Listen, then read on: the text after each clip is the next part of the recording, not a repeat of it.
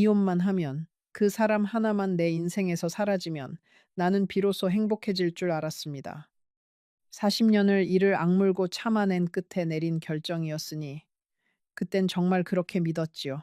도장 하나만 찍으면 내 인생의 모든 그늘이 걷히고 늦었지만 이제라도 나만의 봄이 올 거라고요. 제 나이 올해 80입니다. 이렇게 다 늙은 할머니가 무슨 사랑 타령이냐 하시겠지만 오늘 들려드릴 이야기는 사랑 이야기가 아닙니다. 후회에 관한 이야기지요.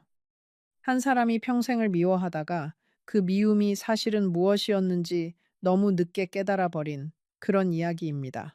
이혼 서류에 도장을 찍던 날, 저는 법원 계단을 내려오면서 속으로 웃었습니다.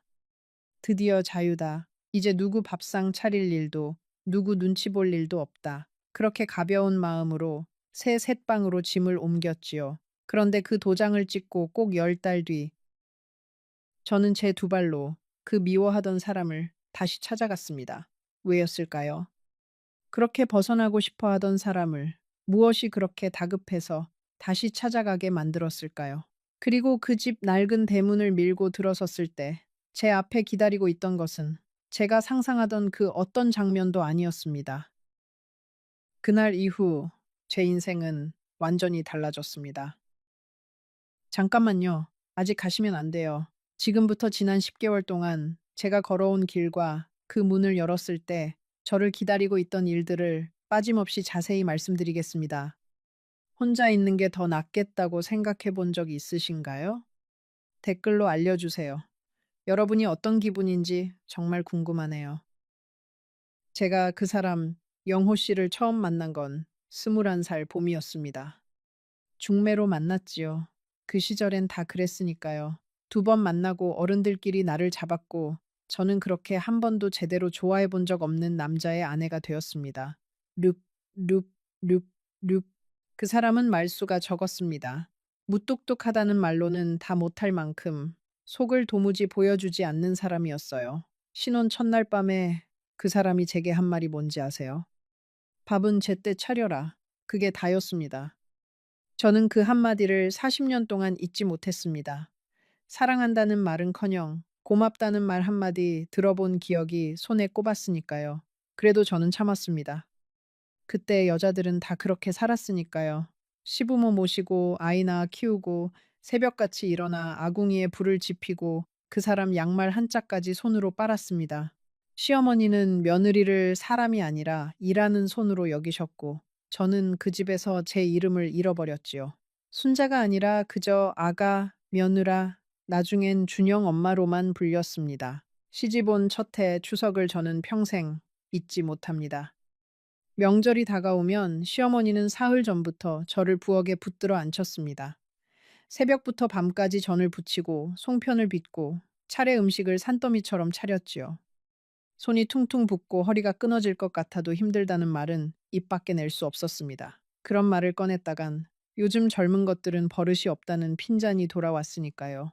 차례를 지내고 나면 시아버지와 영호 씨를 비롯한 남자들은 안방에 둘러앉아 음식을 먹으며 이야기를 나눴습니다. 그동안 저는 부엌 한 구석에 쪼그려 앉아 식어 빠진 나물 한 접시로 끼니를 때웠습니다. 그게 당연한 줄 알았어요. 단 한 번이라도 영호 씨가 당신도 이리 와서 같이 먹자고 했더라면 저는 그 한마디에 그동안의 모든 고단함을 잊었을 겁니다. 그러나 그 사람은 단 한 번도 그러지 않았습니다. 시어머니는 유난히 엄한 분이셨습니다. 제가 행주를 빨아 너는 방식까지 일일이 트집을 잡으셨고 장을 담그다 조금만 짜도 친정에서 뭘 배웠냐며 제 친정 부모님까지 들먹이셨습니다. 그럴 때마다 저는 영호 씨가 한마디라도 거들어 주기를 바랐지만 그 사람은 늘 못 들은 척 신문만 넘겼습니다. 남편이라는 사람이 제 편이 아니라는 사실이 무엇보다도 시리게 아팠습니다. 그래도 저에게도 작은 꿈이 하나 있었습니다. 결혼 전에 잠깐 채바느질을 배운 적이 있어서 언젠가 작은 옷 수선집이라도 차리고 싶었지요. 제 손으로 번 돈으로 새 신발 한 켤레 사 신어보는 게 제 평생의 소원이었습니다. 큰맘 먹고 그 이야기를 꺼냈더니 영호 씨는 단칼에 잘랐습니다. 여자가 무슨 장사냐. 집안 살림이나 잘해. 그 한마디에 제 작은 꿈은 싹도 틔워보지 못하고 시들었습니다. 그 시절 제 유일한 숨구멍은 옆집 영자였습니다. 저와 비슷한 시기에 시집온 영자는 빨래터에서 만나면 서로의 멍든 마음을 털어놓는 사이였지요. 순자야, 우리는 왜 이렇게 사는 걸까? 영자가 그렇게 물으면 저는 대답 대신 그저 함께 한숨을 쉬었습니다. 그때 우리는 참 어렸고 우리에게 다른 삶이 가능하다는 걸 아무도 가르쳐 주지 않았습니다. 영호 씨가 매정하기만 한 사람이었느냐고 묻는다면 그건 또 아닙니다. 제가 첫 아이를 가져 입덧이 심하던 때 한겨울 새벽에 그 사람이 어디선가 귤을 한 봉지 구해다 머리맡에 놓고 간 적이 있었습니다. 아무 말도 없이요. 저는 그게 그 사람 마음인 줄도 모르고 말이라도 좀 다정하게 하지 하고 속으로 원망만 했습니다. 그때는 그 귤 한 봉지가 그 사람이 할 수 있는 최선의 사랑 표현이었다는 걸 정말 몰랐습니다. 세월은 그렇게 흘렀습니다. 시부모님 두 분을 차례로 모시고 보내드리는 동안 저는 한 번도 제 인생을 돌아볼 틈이 없었습니다. 새벽이면 일어나 연탄을 갈고 도시락을 싸고 빨래를 삶고 밤이면 떨어진 옷을 기웠습니다. 그렇게 하루하루를 버티다 보니 어느새 거울 속에는 주름진 중년의 여자가 서 있었습니다. 청춘이 언제 지나갔는지도 모른 채 말이지요. 영호 씨는 밖에서는 점잖은 사람이었습니다. 동네 사람들은 다 그 일을 성실하고 반듯한 사람이라 했지요. 그런데 집에 들어오면 입을 닫았습니다. 하루 종일 같이 있어도 열 마디를 안 했어요. 제가 무슨 말을 하면 쓸데없는 소리 한마디로 잘라버렸고 아이들 일도 다 제 몫이었습니다. 기쁜 일이 있어도 같이 웃어주지 않았고 제가 아파 누워 있어도 약 한 봉지 사다 주는 법이 없었습니다. 가장 서러웠던 건 둘째를 잃었을 때였습니다. 뱃속에서 7달을 키운 아이를 그렇게 보내고 저는 며칠을 식음을 전폐하고 울었습니다. 그때 그 사람은 제 등을 한번 쓸어주기는커녕 산 사람은 살아야지 그 말만 던지고 일하러 나갔습니다. 저는 그날 이 사람과는 마음을 나눌 수 없겠구나 하고 마음의 문을 닫았던 것 같습니다. 그 무렵 우리 살림은 늘 빠듯했습니다. 영호 씨 혼자 벌어 네 식구가 사는 게 쉬운 일이 아니었지요. 저는 남의 집 영바느질을 몰래 받아다 밤마다 미싱을 돌렸습니다. 그 돈을 차곡차곡 모아 준영이 학원비를 대고 미경이 교복을 맞췄습니다. 영호 씨는 제가 그렇게 한다는 걸 알면서도 모르는 척 했습니다. 고맙다는 말도 미안하다는 말도 없었지요. 다만 월급날이면 봉투에서 제 몫이라며 얼마간을 따로 떼어 말없이 밥상 위에 올려놓곤 했습니다. 아이들은 아버지를 어려워했습니다. 준영이는 아버지 앞에서는 말 한마디 제대로 못했고 미경이는 아예 아버지를 피해 다녔습니다. 영호 씨는 자식들에게도 무뚝뚝하기는 매한가지였으니까요. 그런데 아이들이 잠든 깊은 밤이면 그 사람이 슬그머니 아이들 방에 들어가 이불을 다시 덮어주고 나오는 걸 저는 여러 번 보았습니다. 낮에는 그렇게 차가운 사람이, 밤에는 그렇게 조심스러운 손길을 가진 사람이라는 걸 그때는 저만 알고 있었지요. 준영이가 고등학교에 들어가던 해 그 사람이 다니던 공장이 어려워져 한동안 일을 쉰 적이 있었습니다. 그 몇 달 동안 영호 씨는 부쩍 말이 없어졌고 밤마다 잠을 이루지 못하고 마당에 나가 담배를 태웠습니다. 가장으로서 식구들을 못 먹여 살릴까봐 그 무거운 짐을 혼자 지고 끙끙 앓았던 거지요. 그런데 저는 그때 그 사람의 등을 한 번도 다독여주지 못했습니다. 저 역시 제 서러움에 갇혀 그 사람의 외로움을 들여다볼 마음의 여유가 없었으니까요. 지금 와서 생각하면 우리는 둘 다 외로웠습니다. 한 지붕 아래, 한 이불을 덮고 자면서도 각자의 외로움 속에 갇혀 서로에게 손을 내밀 줄을 몰랐습니다. 저는 그 사람이 차가워서 외로웠고 그 사람은 저에게 다가가는 법을 몰라서 외로웠습니다. 그 긴 세월 동안 우리 사이에는 보이지 않는 두꺼운 벽이 점점 더 높아져만 갔습니다. 그 벽을 허물 기회가 아주 없었던 건 아닙니다. 결혼 25주년이 되던 해 미경이가 큰맘 먹고 우리 부부에게 온천 여행을 보내준 적이 있었지요. 단둘이 떠난 그 여행에서 저는 내심 기대했습니다. 어쩌면 이 사람이 이번만큼은 다정한 말 한마디 해주지 않을까 하고요. 그런데 그 사람은 온천에 가서도 말없이 텔레비전 뉴스만 들여다보았고 저는 또 한 번 마음을 닫았습니다. 돌아오는 기차 안에서 저는 창밖만 바라보며 울었습니다. 지금 와서 그날을 떠올리면 그 사람도 그 침묵 속에서 무슨 말을 꺼내야 할지 몰라 헤매고 있었을지도 모릅니다. 40년을 함께 살았어도 저는 그 사람의 침묵을 읽어내지 못했고 그 사람은 제 마음을 풀어줄 말을 끝내 찾아내지 못했습니다. 그게 우리의 결혼이었습니다. 그렇게 세월이 흘러 준영이와 미경이가 자랐습니다. 아이들이 크는 재미로 저는 견뎠지요. 준영이가 대학에 붙던 날, 미경이가 시집 가던 날, 그 사람은 여전히 무덤덤했지만 저는 혼자라도 기뻤습니다. 아이들만큼은 나처럼 메마른 결혼을 하지 않기를 속으로 얼마나 빌었는지 모릅니다. 문제는 그 사람이 정년퇴직을 하고 난 다음이었습니다. 평생 일터에 매여 있던 사람이 하루 종일 집에 있으니 그 무뚝뚝함이 갈 곳을 잃고 온통 제게로 쏟아졌습니다. 아침, 점심, 저녁 세 끼를 꼬박 차려야 했고 국이 식었다, 반찬이 짜다, 간섭이 늘었습니다. 텔레비전 앞에 종일 앉아 리모컨만 쥐고 있으면서 제가 친구라도 만나러 나가려 하면 못마땅한 얼굴을 했지요. 그 무렵 저는 거울 속에 제 얼굴을 보다가 문득 그런 생각이 들었습니다. 나는 누구지? 나는 평생 무엇을 위해 산 거지? 남편을 위해, 자식을 위해, 시부모를 위해 살았는데 정작 순자라는 사람을 위해 산 날은 단 하루도 없었구나. 그 생각이 한번 들기 시작하니 멈출 수가 없었습니다. 친구들 중에 먼저 혼자가 된 이들이 덜어 있었습니다. 누구는 남편을 먼저 보내고 누구는 황혼 이혼을 했지요. 그런데 그 친구들이 어찌나 홀가분해 보이던지요. 여행도 다니고 노래 교실도 다니고 얼굴에 화색이 돌았습니다. 저는 그 모습이 그렇게 부러울 수가 없었습니다. 나도 저렇게 살 수 있지 않을까. 늦었지만 지금이라도 결심을 굳힌 건 어느 겨울 저녁이었습니다. 제가 감기 몸살로 끙끙 앓으며 누워 있는데 그 사람이 방문을 빼꼼 열더니 한다는 소리가 저녁은 안 차리냐였습니다. 저는 그 순간 40년 동안 쌓였던 무언가가 안에서 툭 하고 끊어지는 소리를 들었습니다. 아, 이 사람에게 나는 끝까지 밥상이었구나. 사람이 아니라. 다음 날 저는 자식들을 불러 앉혔습니다. 엄마, 아버지랑 이혼할란다. 준영이는 펄쩍 뛰었습니다. 엄마, 이 나이에 무슨 망신이에요. 남들이 뭐라 하겠어요. 며느리는 옆에서 입을 꾹 다물고 눈치만 봤고, 미경이는 그래도 제 손을 잡아주더군요. 엄마 하고 싶은 대로 해. 엄마도 이제 좀 행복해야지. 그 말 한마디에 저는 또 눈물이 났습니다. 영호 씨는 의외로 순순히 도장을 찍었습니다. 제가 이혼 이야기를 꺼냈을 때 그 사람은 한참을 말없이 천장만 바라보았습니다. 그러더니 짧게 한마디 했어요. 그래, 네 뜻대로 해라.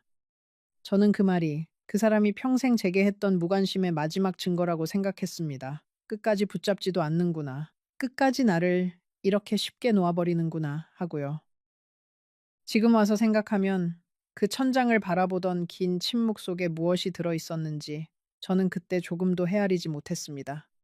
사람은 자기가 보고 싶은 것만 보는 법이니까요. 이혼 도장을 찍기까지의 그 몇 주 동안 그 사람은 평소와 조금도 다르지 않은 듯 보였습니다. 그래서 저는 더 화가 났습니다. 마누라가 떠난다는데 어떻게 저렇게 태어날 수 있을까? 어떻게 한마디 만류의 말이 없을 수 있을까? 그런데 지금 와서 그때를 떠올리면 그 사람의 행동에는 작은 변화들이 분명히 있었습니다. 제가 짐을 정리하는 동안 그 사람은 평소보다 일찍 자리에 들었고 평소보다 늦게 일어났습니다. 새벽에 한번 눈이 떠져 보니 그 사람이 식탁에 앉아 어둠 속에서 가만히 제 짐 보따리를 바라보고 있더군요. 그땐 그저 저 사람이 무슨 짐이 빠졌는지 따지려는 게로구나 싶어 다시 누웠습니다. 이혼하기 전날 밤 저는 그 집에서 마지막으로 밥상을 차렸습니다. 평생의 마지막 밥상이라 생각하니 손이 자꾸만 떨렸습니다. 그 사람이 좋아하던 청국장을 끓이고 갈치를 굽고 콩나물 무침을 무쳤습니다. 그날따라 그 사람은 평소보다 천천히 먹었습니다. 한 숟갈 한 숟갈을 오래오래 씹으며 가끔씩 젓가락을 멈추고 그릇을 한참 들여다 보았지요. 저는 그때 그 모습이 평생 먹던 맛이라 익숙해서 그러나 보다 정도로만 생각했습니다. 그 밥상이 그 사람에게 어떤 의미였는지를 그때는 짐작조차 하지 못했지요. 그날 밤 그 사람이 저에게 마지막으로 한 말은 잘 자라였습니다. 평소엔 인사 한마디 없이 등 돌리고 눕던 사람이 그날만은 그 한마디를 했습니다. 저는 그 한마디조차 내일 도장 찍으러 가야 하니 잠 푹 자라는 소리인가 하고 빗둘게 받아들였습니다. 사람이 한번 미움에 사로잡히면 상대의 어떤 호의도 그 미움의 색깔로 물들여 버리는 법이지요. 저는 그날 평생 그 사람이 처음이자 마지막으로 건넨 다정한 인사를 끝내 받아주지 못한 셈입니다. 이혼하고 처음 며칠은 정말 날아갈 것 같았습니다. 작은 새빵 하나를 얻어 짐을 풀고 늦잠도 자보고 밥은 대충 김치에 물 말아 먹어도 누가 뭐라는 사람이 없었습니다. 텔레비전 채널도 제 마음대로 돌리고 자고 싶을 때 자고 깨고 싶을 때 깼습니다. 이게 자유구나. 이게 사람 사는 거구나 싶었지요. 그런데 그 홀가분함은 오래가지 않았습니다. 한 보름쯤 지났을까요? 저녁이 되면 이상하게 마음이 텅 비었습니다. 평생 누군가의 저녁상을 차리던 손이 갈 곳을 잃으니 어쩔 줄을 몰랐습니다. 혼자 먹는 밥은 아무리 맛난 반찬을 차려도 모래알 같았습니다. 텔레비전 소리만 온 방을 가득 채우는데 그 소리가 어찌나 크게 들리던지요. 밤이 가장 견디기 힘들었습니다. 40년을 옆에 누군가의 숨소리를 들으며 잤는데 그 숨소리가 사라지니 방이 무덤처럼 고요했습니다. 미워하던 사람의 숨소리마저 그리울 줄은 저도 정말 몰랐습니다. 그 사람의 코 고는 소리가 그렇게 듣기 싫었는데 이제는 그 소리가 없어서 잠이 오질 않았습니다. 자식들에게 기대 보려고도 했습니다. 준영이네 집에 며칠가 있었지요. 손주들 보는 재미라도 있을까 해서요. 그런데 며느리의 얼굴이 날이 갈수록 굳어갔습니다. 처음 하루 이틀은 어머니 편히 계세요 하더니 사흘째 되는 날부터는 제가 부엌에 들어가면 슬그머니 자리를 피하고 제가 손주에게 옛날 이야기라도 해줄라 치면 어머니 애 교육에 안 좋아요 하며 말을 잘랐습니다. 하루는 밤에 화장실에 가려고 일어났다가 부엌에서 두 사람이 나누는 소리를 듣고 말았습니다. 여보, 어머니 언제까지 계신데? 글쎄, 나도 모르지. 이혼까지 하셨는데 이제 어디 가시겠어? 아니, 그럼 우리가 평생 모셔야 한다는 거야? 아버님은 멀쩡히 계신데 왜 우리만... 저는 그 자리에 얼어붙어 화장실도 못 가고 한참을 서 있었습니다. 그 밤에 저는 제 방, 아니, 손주방을 빌려 쓰던 그 작은 방에 앉아 생각했습니다. 나는 자유를 찾아 나왔는데 어쩌다 이렇게 천덕꾸러기가 되었을까? 평생 누구의 짐도 되지 않으려고 그렇게 손이 부르트도록 일했는데 이제 와서 자식의 짐이 되어버렸구나. 다음 날 아침, 저는 핑계를 대고 짐을 싸서 제 셋방으로 돌아왔습니다. 셋방으로 돌아오는 버스 안에서 저는 창밖을 보며 한참을 멍하니 앉아 있었습니다. 사람들로 붐비는 버스 안에서 저는 어느 누구의 시선도 받지 못하는 그림자 같았습니다.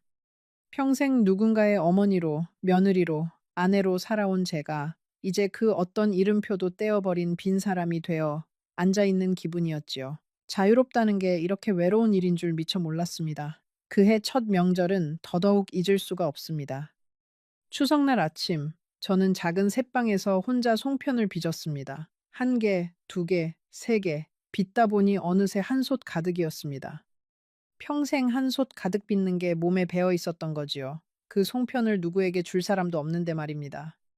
저는 그 솥을 끌어안고 한참을 울었습니다. 평생 차린 그 많은 명절상이 다 누구를 위한 것이었나. 그리고 이제는 누구도 제 송편을 기다리지 않는다는 사실이 그렇게 사무칠 줄 몰랐습니다. 옆집에 사는 김 여사라는 분이 그날 우연히 저를 보고는 자기 집 차례 음식이라며 한 접시 가져다 주셨습니다. 혼자 명절 보내시면 어떡해요? 그 한마디에 저는 또 무너졌습니다. 평생 남의 집 며느리 노릇, 며느리 어른 노릇을 다 하고 살았는데 늙어서 옆집 사람의 동정을 받는 신세가 되어 있더군요.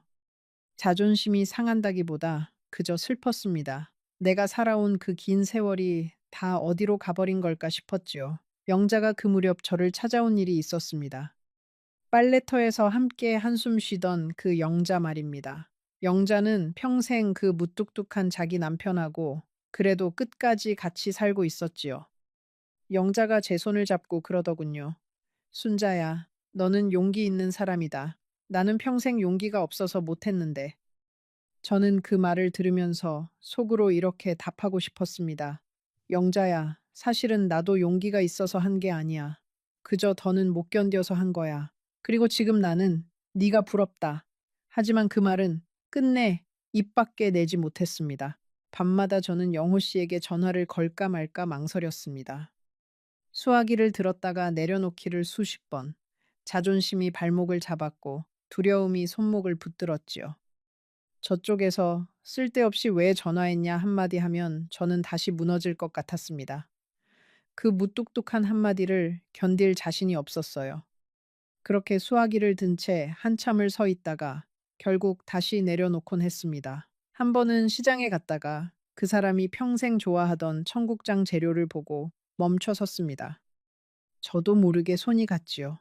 두 봉지를 사들고 새방에 돌아와 평생 끓이던 손길로 청국장을 끓였습니다. 보글보글 끓는 그 냄새가 좁은 방을 가득 채우는데 갑자기 가슴이 미어졌습니다. 이 청국장을 누구에게 떠다 주나. 저는 그 청국장을 그릇에 떠다 식탁 위에 두 그릇을 놓았습니다. 한 그릇은 제 앞에, 한 그릇은 빈 의자 앞에. 그러고는 한 숟갈도 뜨지 못한 채 그 빈 그릇을 마주보고 있었습니다. 겨울이 다가오면서 저는 작은 일들에 더 자주 무너졌습니다. 보일러가 고장나도 누구한테 전화해야 할지 막막했고, 형광등 하나 갈아 끼우는 것도 사다리에 올라가다 다리가 후들거렸습니다. 평생 그런 일은 그 사람이 말없이 해주던 일이었지요. 저는 그 사람의 그 손길이 얼마나 큰 것이었는지를 그 손길이 사라지고 나서야 비로소 알게 되었습니다. 사람은 곁에 있을 때는 늘 모자라 보이지만 떠나고 나서야 그 사람이 채워주던 자리가 얼마나 컸는지 깨닫는 법인 것 같습니다. 미경이는 사정이 더 딱했습니다. 그 애는 시집살이가 호된 데다 남편 사업까지 기울어 제 한몸 건사하기도 벅찼지요. 그런 딸에게 차마 외롭다는 말을, 힘들다는 말을 할 수가 없었습니다. 전화를 걸어도 엄마, 나 지금 바빠. 이따 할게. 하면 그 이따는 좀처럼 오지 않았습니다. 저는 수화기를 내려놓고 한참을 멍하니 앉아 있곤 했습니다. 그렇게 봄이 가고 여름이 갔습니다. 저는 혼자였습니다. 자유로웠지만 그 자유는 제가 꿈꾸던 자유가 아니었습니다.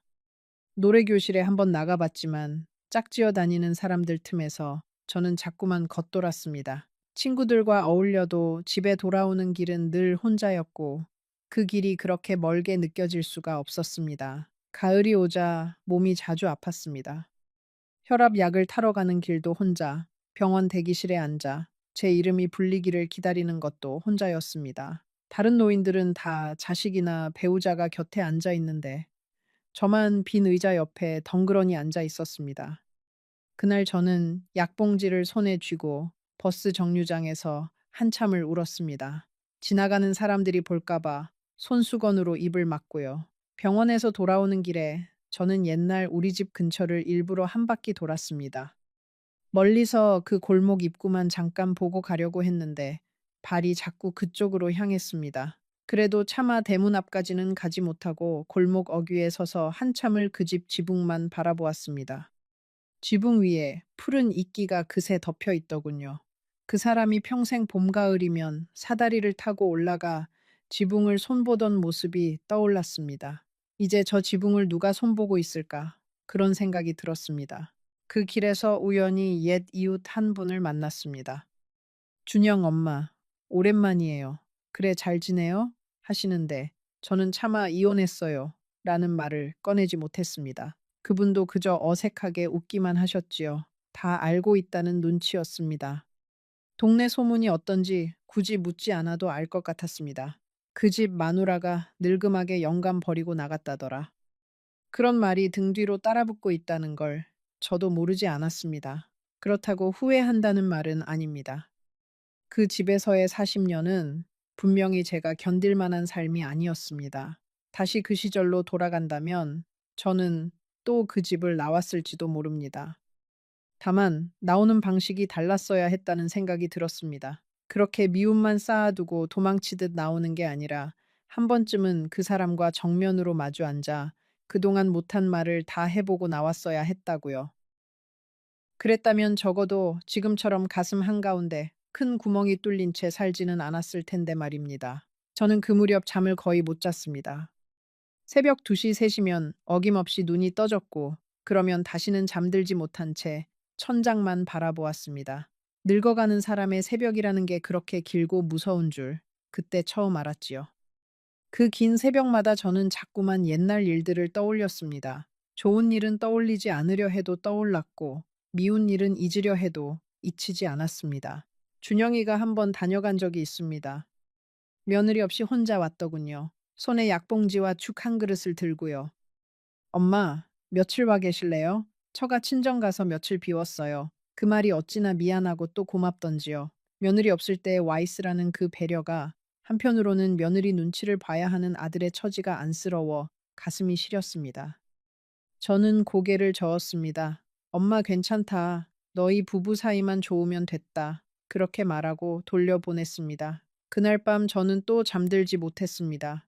준영이가 돌아간 뒤 며칠이 지났을 때 저는 우연히 옷장 깊숙한 곳에서 영호 씨의 손수건 한 장을 발견했습니다. 이혼하고 짐을 옮길 때 어쩌다 섞여 들어온 것이었지요. 누렇게 변색된 그 손수건을 손에 쥐자 그 사람의 냄새가 희미하게 났습니다. 담배 냄새와 빨래비누 냄새가 섞인 그 익숙한 냄새. 저는 그 손수건을 끌어안고 또 한참을 울었습니다. 사람이 얼마나 외로워지면 미워하던 사람의 손수건 한 장으로 위로를 받으려 들겠습니까? 이상한 일이었습니다. 그렇게 외로워질수록 자꾸만 영호 씨가 떠올랐습니다. 미운 기억이 아니라 사소한 것들이요. 제가 김치를 담그면 가장 먼저 손가락으로 집어 먹어보던 모습, 비 오는 날 우산도 없이 나간 저를 정류장까지 마중 나와 말없이 우산만 내밀던 모습, 제가 아끼던 화분이 시들면 슬그머니 물을 주던 그 무뚝뚝한 손길, 그런 것들이 하나둘 떠오르기 시작했습니다. 내가 그 사람을 정말 미워하기만 했던가? 아니면 미움이라는 이름으로 사실은 그저 기대고 싶었던 마음을 가려둔 것은 아니었을까? 그런 생각이 들 때마다 저는 고개를 세차게 저었습니다. 아니야, 그 사람은 나를 사람 취급도 안 했어. 잘 헤어진 거야. 그렇게 스스로를 다독였지요. 그런데 마음이라는 게 참 우습습니다. 머리로 아무리 아니라고 해도 몸이 자꾸 그쪽으로 기울었습니다. 길을 가다 그 사람과 비슷한 뒷모습만 봐도 가슴이 철렁했고, 그이가 좋아하던 청국장 냄새만 맡아도 코끝이 시큰했습니다. 저는 제가 무너지고 있다는 걸 인정하고 싶지 않았습니다. 밤마다 옛날 살림집의 풍경이 자꾸 떠올랐습니다. 그 사람이 신문을 보던 자리, 제가 빨래를 개던 마루, 명절이면 아이들이 뛰어다니던 마당. 그 풍경 속에는 늘 그 사람의 그 등 돌린 모습이 있었습니다. 미울 땐 그 등이 그렇게 야속했는데 외로워지고 보니 그 등마저도 그리워졌습니다. 그 등이 있었기에 우리 집이 집답게 보였다는 사실을 그 등이 사라지고 나서야 비로소 깨달았지요. 옛 사진첩을 한번 꺼내본 일이 있었습니다. 사진 한 장 한 장을 넘기면서 저는 한 가지 사실을 발견하고 말았지요. 사진 속의 그 사람은 늘 저를 보고 있었습니다. 가족이 함께 찍은 사진에서도 그 사람은 카메라가 아니라 제 쪽을 보고 있었습니다. 평생 무뚝뚝하다고만 생각했던 그 얼굴이 사진 속에서는 늘 저를 향해 있었던 겁니다. 그것도 사진을 찍는 그 짧은 순간만큼은 카메라보다 저를 먼저 본 사람이었지요. 저는 그날 그 사진첩을 무릎 위에 올려놓고 한참을 멍하니 앉아 있었습니다. 가을이 깊어가던 어느 날 동네 노인정에서 단풍 구경을 간 적이 있었습니다. 다들 배우자와 함께 짝지어 가시는 분들이 많았는데 저만 혼자 버스 끝자리에 앉아 있었습니다. 옆자리의 빈자리가 그날따라 어찌나 크게 느껴지던지요. 단풍이 아무리 곱고 햇살이 아무리 따뜻해도 옆에 함께 보아줄 사람이 없으니 그 풍경이 다 색을 잃은 것 같았습니다. 그날 저는 단풍을 보지 않고 사람들 사이에 빈 의자만 자꾸 바라보고 왔습니다. 집에 돌아온 그 밤, 저는 잠을 자다 식은땀에 흠뻑 젖어 깨어났습니다. 꿈에 그 사람이 나왔습니다. 평소처럼 마루에 앉아 신문을 보고 있는데 제가 다가가서 무어라 말을 걸어도 그 사람이 고개를 들지 않더군요. 제가 자꾸자꾸 부르는데 그 사람은 점점 멀어져 갔습니다. 손을 뻗어도 닿지 않았어요. 그 꿈에서 깨어났을 때 저는 직감했습니다. 더 늦기 전에 가야 한다. 한 번이라도 마주 앉아 이야기해야 한다. 무슨 말을 해야 할지 몰라도 그저 그 얼굴이라도 한 번 봐야 한다. 10달째 되던 어느 날이었습니다. 그날따라 몸살이 심하게 와서 꼼짝없이 누워 있었습니다. 물 한 모금 떠다 줄 사람이 없어 목이 타들어가는데도 일어날 힘이 없었습니다. 천장을 보고 누워 있는데 40년 전 그 사람이 천장을 바라보던 모습이, 그리고 둘째를 잃고 제가 누워 있던 그 방의 천장이 겹쳐 떠올랐습니다. 그 순간 저는 알아버렸습니다. 아, 나는 그 사람이 보고 싶구나. 미워서가 아니라 외로워서. 평생 옆에 있던 사람의 빈자리가 이렇게 클 줄 몰랐구나. 저는 그 길로 자리를 털고 일어났습니다. 떨리는 손으로 머리를 빗고 제일 깨끗한 옷을 꺼내 입었습니다. 무슨 말을 할지도 정하지 못한 채 저는 그 사람을 찾아 길을 나섰습니다. 여기서 잠깐 한 가지만 말씀드리고 싶습니다. 지금 이 이야기를 들으시면서 누군가 한 사람쯤 떠오르신 분이 분명 계실 겁니다. 미워했지만 사실은 그립던 사람, 자존심 때문에 차마 먼저 손 내밀지 못한 사람 말입니다. 조금만 더 들어보세요. 제가 그 집 대문을 열고 무엇을 보았는지 이제 곧 말씀드리겠습니다. 옛집으로 향하는 버스 안에서 저는 손에 든 작은 보따리를 계속 만지작거렸습니다. 보따리 안에는 그 사람이 좋아하던 청국장 한 통과 갈치 한 손, 그리고 새 양말 한 켤레가 들어 있었지요. 무얼 가져가야 할지 몰라 한참을 망설이다 평생 그 사람이 제일 좋아하던 것들을 챙겼습니다. 마치 잠깐 친정에 갔다 돌아오는 새댁처럼요. 정말 우스운 일이지요. 40년을 살고 이혼까지 한 마누라가 친정 다녀온 새댁 흉내를 내고 있었으니까요. 버스 안에는 사람이 많지 않았습니다. 창밖으로 익숙한 거리들이 하나둘 지나갔습니다. 그 사람과 함께 다니던 시장, 우리 아이들이 다니던 학교, 명절이면 함께 갔던 작은 떡집. 그 모든 풍경이 저를 향해 묻고 있는 것 같았습니다. 왜 이제야 오는 거니? 왜 그때는 그렇게 미워했니? 왜 그렇게 멀리 갔다가 이제야 돌아오는 거니? 저는 그 물음들에 답할 자신이 없었습니다. 버스에서 내려 골목 입구에 섰을 때 저는 한참을 그 자리에 서 있었습니다. 다리가 떨어지지 않더군요. 한 발만 내디디면 그 사람을 만날 수 있는데 그 한 발이 어찌나 무겁던지요.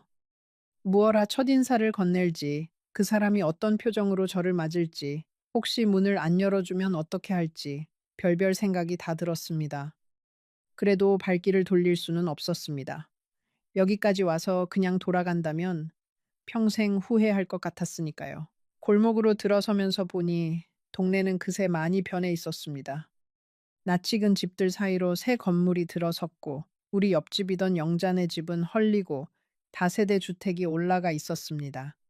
그래도 우리 집은 그대로였습니다. 낡은 대문도, 빛바랜 우편함도, 마당 한쪽에 서 있던 감나무도 그 자리에 그대로 있더군요. 다만 그 모든 것이 40년 전보다 훨씬 늙어 있었습니다. 마치 저처럼요. 옛집은 그대로였습니다. 40년을 산 그 집, 제가 시집와 처음 발을 들였던 그 마당, 대문 앞에 서니 다리가 후들거렸습니다. 무슨 낯으로 그 사람을 보나, 이제 와서 무슨 말을 하나, 외로워서 돌아왔다고 하면 그 사람이 또 그 무뚝뚝한 얼굴로 쓸데없는 소리 할 텐데. 그래도 저는 용기를 냈습니다. 떨리는 손으로 대문을 밀었습니다. 그런데 대문이 스르르 열렸습니다.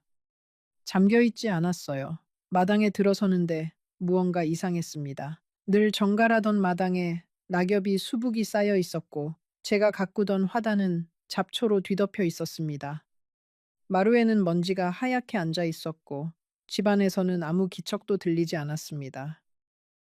영호 씨, 제 목소리가 빈 마당에 메아리처럼 울렸습니다. 대답이 없었습니다. 가슴이 쿵 내려앉았습니다.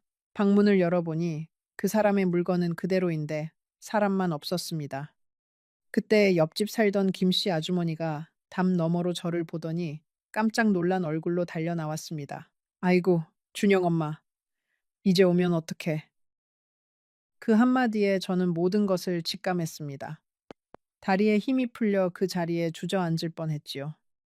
김씨 아주머니가 제 손을 붙들고 천천히 이야기를 들려주었습니다. 그 사람은 제가 떠나고 얼마 지나지 않아 자리에 눕기 시작했다고 했습니다. 저는 몰랐습니다. 그 사람이 이미 오래전부터 큰 병을 앓고 있었다는 것을요. 이혼하기 한참 전 정년 퇴직을 하고 부쩍 무뚝뚝해지고 짜증이 늘었던 그 무렵에 그 사람은 병원에서 좋지 않은 진단을 받았다고 했습니다.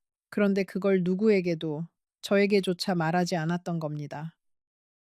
김씨 아주머니가 떨리는 목소리로 말했습니다. 준영 아버지가 그러시더라고. 마누라 평생 고생만 시켰는데 이제 병든 늙은이 수발까지 들게 하면 그건 사람이 할 짓이 아니라고. 그래서 이혼해 주는 거라고. 자네 자유롭게 살라고 일부러 그렇게 매정하게 굴었다고. 저는 그 자리에 무너지듯 주저앉았습니다. 그 사람이 천장을 바라보며 침묵하던 그 긴 시간이 내 뜻대로 해라 하던 그 한마디가 그제야 다른 의미로 들려왔습니다. 그것은 무관심이 아니었습니다. 평생 사랑한다는 말 한마디, 할 줄 모르던 사람이 택한 가장 그 사람다운 방식의 마지막 배려였던 겁니다. 저는 그 사람이 누워있던 방으로 들어갔습니다. 머리맡 작은 상자 하나가 눈에 들어왔습니다. 떨리는 손으로 그 상자를 열었습니다. 그 안에는 제가 꿈에도 몰랐던 것들이 들어 있었습니다. 낡은 통장이 하나 있었습니다. 제 이름으로 된 통장이었어요. 그 사람이 퇴직금을 한 푼도 안 쓰고 매달 조금씩 제 이름으로 차곡차곡 모아둔 돈이었습니다. 통장 맨 앞장에는 그 사람의 삐뚤빼뚤한 글씨로 이렇게 적혀 있었습니다. 순자, 이거라도 받아라. 그 옆에는 손수건에 곱게 싼 사진들이 있었습니다. 우리가 신혼 때 찍은 빛바랜 사진, 준영이 돌잔치 사진, 미경이 시집 가던 날 제가 한복 입고 웃던 사진. 그 무뚝뚝한 사람이 그 사진들을 닳도록 들여다본 듯 모서리가 다 해져 있었습니다. 그리고 사진 뒷면에는 글씨가 적혀 있었어요. 이날 순자가 제일 예뻤다. 그리고 공책이 한 권 있었습니다. 그 사람이 평생 입으로는 한 번도 하지 못한 말들을 그 공책에 적어 두었던 겁니다. 글씨가 서툴러서 한자 한자 꾹꾹 눌러 쓴 흔적이 가득했습니다. 저는 떨리는 손으로 그 공책을 한 장 한 장 넘겼습니다. 오늘 순자가 김치를 담갔다. 맛있다는 말을 못했다. 다음엔 꼭 해야지. 오늘 순자가 둘째 생각에 우는 것 같았다. 등을 쓸어주고 싶었는데 손이 안 나갔다. 나는 왜 이 모양인가? 병원에서 안 좋은 소리를 들었다. 순자에게 말하면 평생 또 나 때문에 발이 묶일 거다. 그건 안 된다. 오늘 순자가 이혼하자고 했다. 잘 됐다. 이제라도 저 사람을 놓아주는 게 내가 할 수 있는 마지막 일이다. 미안하다, 순자야. 평생 따뜻한 말 한마디 못해서. 공책의 마지막 장에는 짧은 글이 적혀 있었습니다. 오늘 몸이 많이 안 좋다. 순자가 잘 지내고 있는지 궁금하다. 보고 싶다는 말은 못하겠다. 그 사람 행복하면 그만이다. 나는 이제 됐다. 저는 그 마지막 한 줄을 읽고 공책을 안고 그대로 방바닥에 엎드려 울었습니다. 평생을 미워하던 사람의 마지막 마음이 이렇게 저를 향해 있었다는 사실이 견딜 수 없이 무거웠습니다. 그 상자 안에는 다른 물건들도 있었습니다. 제가 신혼 때 쓰던 빗 하나, 닳도록 들여다본 듯한 우리 가족 사진 한 장, 그리고 작은 약통이 있었습니다. 약통 안에는 영호 씨가 마지막까지 드시던 약이 그대로 남아 있었지요. 라벨을 들여다보니 한참 전부터 드시던 약이라는 게 적혀 있었습니다. 제가 함께 살 때부터 이미 그 사람은 매일 그 약을 드시고 있었던 겁니다. 그런데 저는 한 번도 몰랐습니다. 그 사람이 화장실에서 혼자 약을 삼키는 모습을 제가 어떻게 한 번도 보지 못했을까요? 아니, 어쩌면 보고도 그저 영양제려니 하고 넘긴 게 아니었을까요? 그때 마당에서 인기척이 났습니다. 준영이었습니다. 김씨 아주머니의 연락을 받고 단걸음에 달려온 모양이었습니다. 준영이는 방에 들어서더니 저를 보고 한참을 말없이 서 있었습니다. 그 애의 눈도 빨갰습니다. 엄마, 그 한마디를 하고 준영이는 무릎을 꿇고 제 옆에 앉았습니다. 엄마, 사실은 제가 알고 있었어요. 준영이가 떨리는 목소리로 말했습니다. 아버지가 저한테 몇 번을 당부하셨어요. 엄마한테 절대 말하지 말라고. 엄마는 평생 우리 다 돌보느라 자기 인생 한 번을 못 살았는데 늙어서까지 자기 병수발로 발목 끼게 할 수는 없다고. 그게 자기가 엄마한테 줄 수 있는 마지막 선물이라고 그러셨어요. 저는 무릎 꿇은 아들의 손을 붙들고 그 자리에서 무너졌습니다. 그럼 너는 왜 엄마한테 안 알려줬니? 한 번이라도 말해줬어야지. 준영이는 고개를 떨구었습니다. 아버지가 저한테 그러셨어요. 준영아, 네 엄마한테 알리는 순간 너는 내 아들이 아니다. 그렇게 못을 박으셨어요. 저도 미치겠더라고요. 그래도 아버지 뜻을 따라야 한다고 어느 게 맞는지 저도 몰랐어요. 죄송해요, 엄마.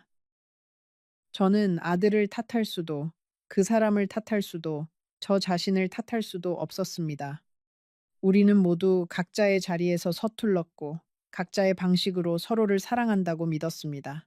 그런데 그 서투른 사랑들이 한자리에 모이지 못하고 각자 다른 방향으로 흘러가 버린 겁니다.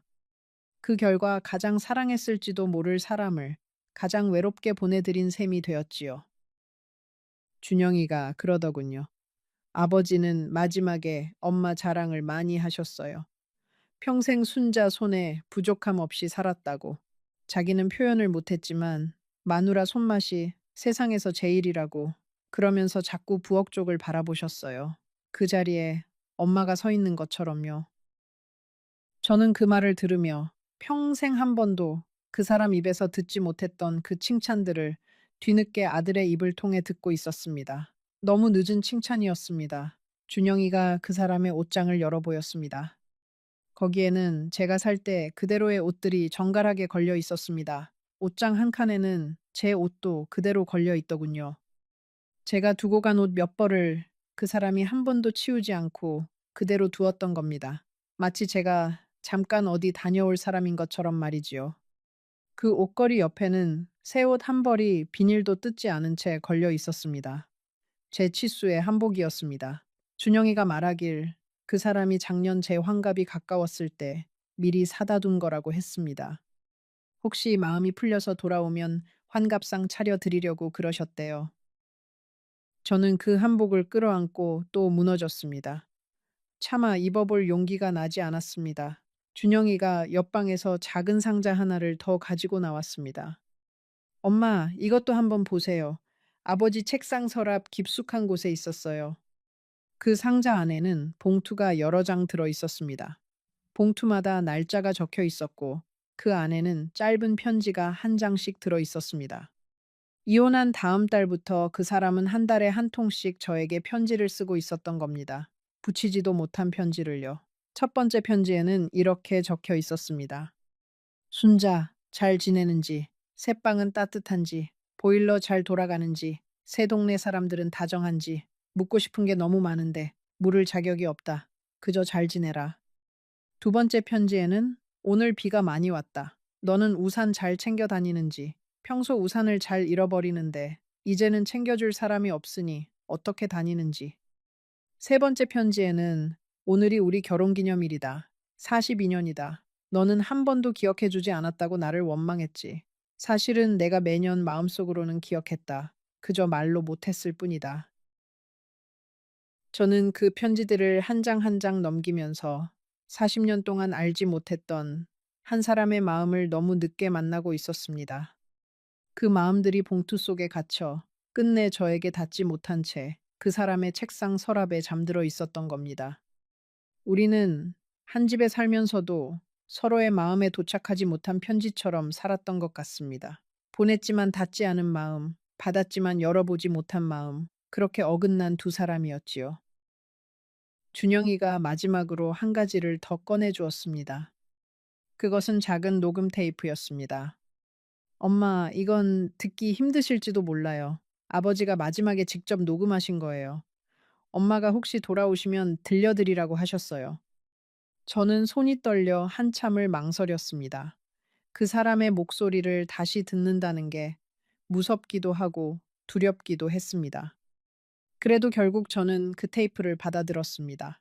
집에 돌아와 떨리는 손으로 그 테이프를 작은 카세트에 넣고 재생 버튼을 눌렀을 때 그 사람의 거칠고 쉰 목소리가 흘러나왔습니다. 순자야, 듣고 있느냐? 나는 말이 서툰 사람이다. 평생 너한테 한마디 따뜻하게 못했다. 미안하다. 너랑 살면서 내가 제일 좋아한 건 네가 부엌에서 콩나물 다듬으면서 흥얼흥얼 노래 부르던 그 소리였다. 그 노래 들으려고 일찍 들어왔던 적도 많다. 너는 몰랐겠지. 나도 말 못했으니까. 다음 생이 있다면 그땐 내가 너한테 사랑한다는 말부터 가르쳐 달라고 부탁할란다. 잘 살아라, 순자야. 저는 그 테이프를 듣고 또 들었습니다. 그 사람의 마지막 인사를 마음에 새기고 또 새겼습니다. 40년 만에 처음 듣는 그 사람의 마음이었습니다. 너무 늦게 도착했지만 그래도 도착하기는 했지요. 저는 그 공책을 끌어안고 빈 방에서 목 놓아 울었습니다. 40년을 미워했던 사람이 사실은 40년을 서툴게 사랑하고 있었던 겁니다. 표현할 줄 몰라서, 배운 적이 없어서 그저 마음을 가슴 깊은 곳에 묻어두고 무뚝뚝한 얼굴 뒤에 숨겼던 거지요. 그리고 저는 그 서툰 사랑을 끝내 읽어내지 못한 채 평생 그 사람을 원망만 했던 겁니다. 여기서 저는 한 가지를 분명히 말씀드리고 싶습니다. 그 사람이 좋은 남편이었느냐고 묻는다면 저는 그렇다고 대답하지 못합니다.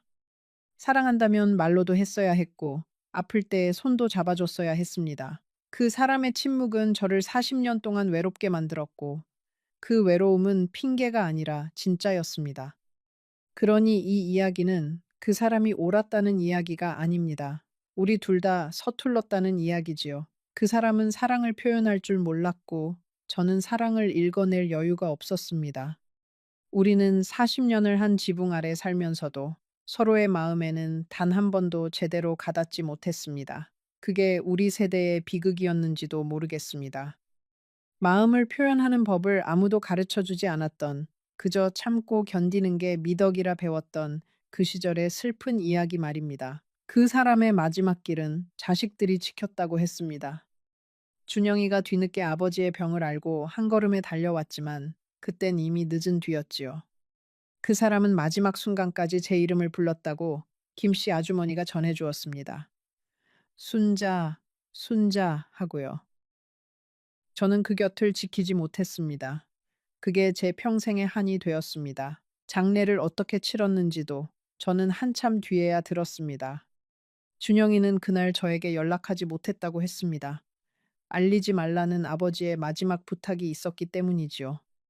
엄마 마음 다시 흔들면 안 된다고, 모르는 채로 살게 두라고, 그게 자기가 엄마한테 해줄 수 있는 마지막 거짓말이라고 그러셨어요. 준영이는 그 말을 전하면서 또 울었습니다. 저는 한참 동안 아무 말도 하지 못했습니다. 그 사람은 가는 길까지 저를 자유롭게 두려고 거짓말을 부탁했던 겁니다. 살아서 한 거짓말은 한 번도 없던 사람이 죽기 직전에 처음으로 거짓말을 부탁했지요. 영자가 한참 뒤에 찾아왔습니다. 영자도 어디서 소식을 들은 모양이었어요. 빈손으로 와 제 앞에 앉더니 한참을 말없이 제 손만 잡고 있었습니다. 순자야, 사람 마음이라는 게 참 알 수가 없다. 미운 게 미운 게 아니더라. 미운 줄 알았는데 사실은 정인 거더라. 우리 영감도 가고 나서야 알았어. 그 자리가 비고 나서야 그 사람이 거기 있었다는 걸 알겠더라. 영자는 그 한마디를 하고 또 한참 제 손을 잡았다 갔습니다. 저는 그날 밤 영자가 했던 그 말을 곱씹으며 잠을 이루지 못했습니다. 장례식에도 가지 못한 저를 미경이가 나중에 그 사람이 잠든 곳으로 데려다 주었습니다. 저는 그 앞에 한참을 서 있었습니다. 무슨 말을 해야 할지 40년을 함께 살고도 끝내 할 말을 찾지 못했습니다. 그저 가져간 청국장 한 그릇을 가만히 내려놓았습니다. 그 사람이 그렇게 좋아하던, 제가 한 번도 따뜻한 마음으로 끓여준 적 없던 그 청국장을요. 그 자리에서 저는 처음으로 그 사람에게 사과를 했습니다. 영호 씨, 미안해요. 당신 마음 못 알아봐서 미안해요. 당신이 그렇게 아픈 줄도 모르고 짐만 싸들고 나가서 미안해요. 당신이 그렇게 부른 내 이름을 끝까지 못 들어줘서 미안해요. 평생 못한 말을 그 사람이 더는 들을 수 없게 된 그곳에 와서야 겨우 했습니다. 미경이가 옆에서 저를 부축하며 함께 울었습니다. 어머니가 아버지에게 사과하는 그 모습을 자식이 지켜보는 마음이 어떠했을지 저는 차마 미경이의 얼굴을 마주 볼 수가 없었습니다. 그날 이후로도 저는 한동안 일어서지 못했습니다. 밥도 제대로 넘기지 못했고 밤이면 그 사람의 녹음 테이프를 틀어놓고 잠이 들곤 했습니다. 그 거칠고 쉰 목소리를 자장가 삼아 잠드는 늙은이의 마음이 얼마나 가엾고 또 우스운지 모릅니다. 그러던 어느 날 미경이가 저를 찾아와 한마디 했습니다. 엄마, 아버지가 엄마를 그렇게 보내드린 건 엄마 인생 살라고 그러신 거잖아. 엄마가 이렇게 무너져 있으면 아버지가 거기서 더 마음 아프시지 않겠어? 그 말을 듣고 저는 정신이 번쩍 들었습니다. 그 사람이 마지막까지 지키려 했던 게 제 인생인데 제가 이렇게 무너지면 그 사람의 마지막 마음마저 헛것이 되는 셈이지요. 그날부터 저는 다시 천천히 일어서기 시작했습니다. 매일 아침 일어나면 가장 먼저 그 사람의 사진 앞에 앉아 안부를 묻는 게 제 일과가 되었습니다. 오늘 날씨가 참 좋아요. 영호 씨도 거기서 잘 지내요? 그렇게 혼잣말처럼 인사를 건넵니다. 대답이 돌아올 리 없는 그 사람에게 매일 말을 거는 늙은이가 우스워 보일지도 모르겠지만 저는 그렇게라도 그 사람과 못다한 이야기를 채워가고 있습니다. 평생 못한 대화를 늦었지만 이제라도 시작해보는 거지요. 집으로 돌아오는 길에 미경이가 제 손을 꼭 잡고 말했습니다. 엄마, 너무 자책하지 마. 아버지도 엄마가 행복하길 바랐을 거야. 저는 고개를 끄덕였지만 마음 한구석은 여전히 무너진 채였습니다. 자식의 위로가 아무리 따뜻해도 직접 건네지 못한 말 한마디의 무게는 그대로 남는 법이니까요. 그 사람을 보내드린 뒤로 저는 한동안 사람들 앞에 나가지 못했습니다. 동네 슈퍼에서 마주치는 이웃의 시선이 무거웠고 누가 안부를 물으면 무어라 답해야 할지 입이 떨어지지 않았습니다. 이혼한 마누라와 먼저 보낸 아내는 분명히 다른 자리인데 저는 그 두 자리 어느 쪽에도 온전히 속하지 못한 사람이 되어 있었지요. 동네 사람들도 저를 어떻게 대해야 할지 몰라 어색해했습니다. 위로를 건네는 사람도 있었고 못 본 척 지나가는 사람도 있었습니다. 저는 어느 쪽이든 견디기가 힘들었습니다. 준영이는 그 뒤로 자주 저를 찾아왔습니다. 며느리도 제 앞에서는 말을 아꼈지요. 시아버지를 보내드리고 시어머니가 그렇게 외로이 사는 모습을 보면서 그 애도 무언가 마음에 걸린 모양이었습니다. 한 번은 며느리가 김장철에 저희 집에 와서 같이 김치를 담갔습니다. 며느리의 손길이 전과는 사뭇 달라져 있더군요. 묻지 않아도 미안하다는 말이 그 손끝에 묻어났습니다. 저는 그저 모르는 척 같이 물을 채 썰고 양념을 버무렸습니다. 그날 우리 둘은 평생 처음으로 한마음으로 무언가를 했던 것 같습니다. 미경인의 사정도 그 무렵 조금씩 풀려갔습니다. 사위가 다시 일자리를 잡았고 손주 녀석이 학교에서 좋은 일도 생겼지요. 미경이는 자주 전화를 걸어 엄마, 우리 집에 와서 며칠 계시다가요 하더군요.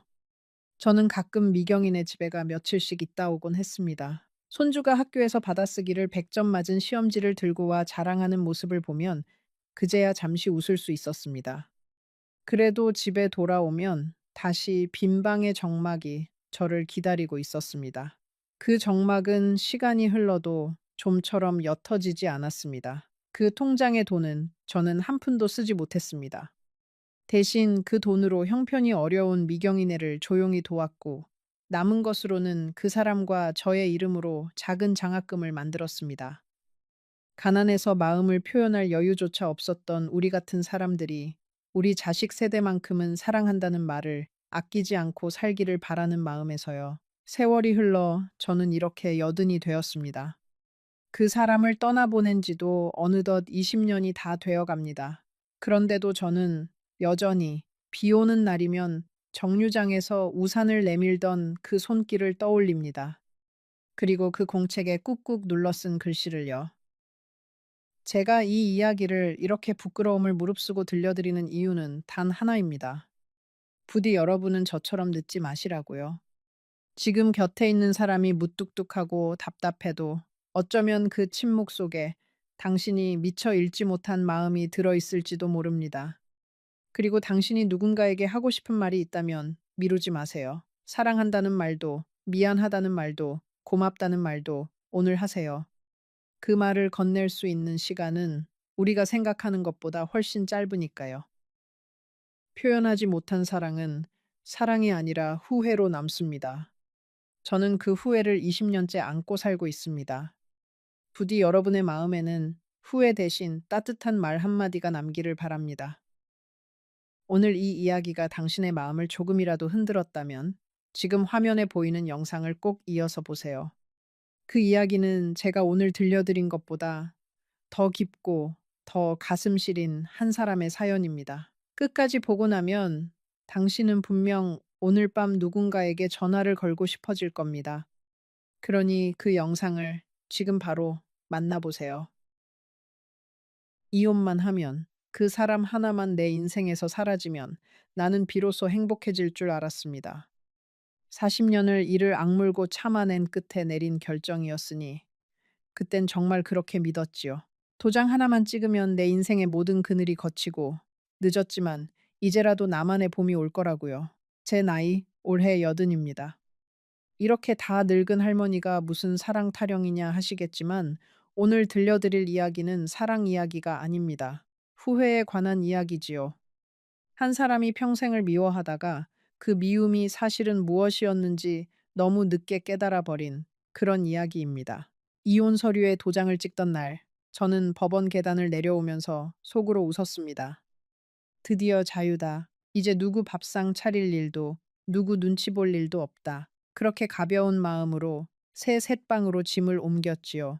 그런데 그 도장을 찍고 꼭 10달 뒤, 저는 제 두 발로 그 미워하던 사람을 다시 찾아갔습니다. 왜였을까요? 그렇게 벗어나고 싶어 하던 사람을 무엇이 그렇게 다급해서 다시 찾아가게 만들었을까요? 그리고 그 집 낡은 대문을 밀고 들어섰을 때 제 앞에 기다리고 있던 것은 제가 상상하던 그 어떤 장면도 아니었습니다. 그날 이후 제 인생은 완전히 달라졌습니다. 잠깐만요. 아직 가시면 안 돼요. 지금부터 지난 10개월 동안 제가 걸어온 길과 그 문을 열었을 때 저를 기다리고 있던 일들을 빠짐없이 자세히 말씀드리겠습니다. 혼자 있는 게 더 낫겠다고 생각해 본 적이 있으신가요? 댓글로 알려주세요. 여러분이 어떤 기분인지 정말 궁금하네요. 제가 그 사람 영호 씨를 처음 만난 건 21살 봄이었습니다. 중매로 만났지요. 그 시절엔 다 그랬으니까요. 두 번 만나고 어른들끼리 나를 잡았고 저는 그렇게 한 번도 제대로 좋아해 본 적 없는 남자의 아내가 되었습니다. 룹, 룹, 룹, 룹. 그 사람은 말수가 적었습니다. 무뚝뚝하다는 말로는 다 못할 만큼 속을 도무지 보여주지 않는 사람이었어요. 신혼 첫날 밤에 그 사람이 제게 한 말이 뭔지 아세요? 밥은 제때 차려라. 그게 다였습니다. 저는 그 한마디를 40년 동안 잊지 못했습니다. 사랑한다는 말은커녕 고맙다는 말 한마디 들어본 기억이 손에 꼽았으니까요. 그래도 저는 참았습니다. 그때 여자들은 다 그렇게 살았으니까요. 시부모 모시고 아이 낳아 키우고 새벽같이 일어나 아궁이에 불을 지피고 그 사람 양말 한 짝까지 손으로 빨았습니다. 시어머니는 며느리를 사람이 아니라 일하는 손으로 여기셨고 저는 그 집에서 제 이름을 잃어버렸지요. 순자가 아니라 그저 아가, 며느라, 나중엔 준영 엄마로만 불렸습니다. 시집 온 첫 해 추석을 저는 평생 잊지 못합니다. 명절이 다가오면 시어머니는 사흘 전부터 저를 부엌에 붙들어 앉혔습니다. 새벽부터 밤까지 전을 부치고 송편을 빚고 차례 음식을 산더미처럼 차렸지요. 손이 퉁퉁 붓고 허리가 끊어질 것 같아도 힘들다는 말은 입 밖에 낼 수 없었습니다. 그런 말을 꺼냈다간 요즘 젊은 것들은 버릇이 없다는 핀잔이 돌아왔으니까요. 차례를 지내고 나면 시아버지와 영호 씨를 비롯한 남자들은 안방에 둘러앉아 음식을 먹으며 이야기를 나눴습니다. 그동안 저는 부엌 한 구석에 쪼그려 앉아 식어 빠진 나물 한 접시로 끼니를 때웠습니다. 그게 당연한 줄 알았어요. 단 한 번이라도 영호 씨가 당신도 이리 와서 같이 먹자고 했더라면 저는 그 한마디에 그동안의 모든 고단함을 잊었을 겁니다. 그러나 그 사람은 단 한 번도 그러지 않았습니다. 시어머니는 유난히 엄한 분이셨습니다. 제가 행주를 빨아 넣는 방식까지 일일이 트집을 잡으셨고, 장을 담그다 조금만 짜도 친정에서 뭘 배웠냐며 제 친정 부모님까지 들먹이셨습니다. 그럴 때마다 저는 영호 씨가 한마디라도 거들어 주기를 바랐지만 그 사람은 늘 못 들은 척 신문만 넘겼습니다. 남편이라는 사람이 제 편이 아니라는 사실이 무엇보다도 시리게 아팠습니다. 그래도 저에게도 작은 꿈이 하나 있었습니다. 결혼 전에 잠깐 채바느질을 배운 적이 있어서 언젠가 작은 옷 수선집이라도 차리고 싶었지요. 제 손으로 번 돈으로 새 신발 한 켤레 사 신어보는 게 제 평생의 소원이었습니다. 큰맘 먹고 그 이야기를 꺼냈더니 영호 씨는 단칼에 잘랐습니다. 여자가 무슨 장사냐, 집안 살림이나 잘해.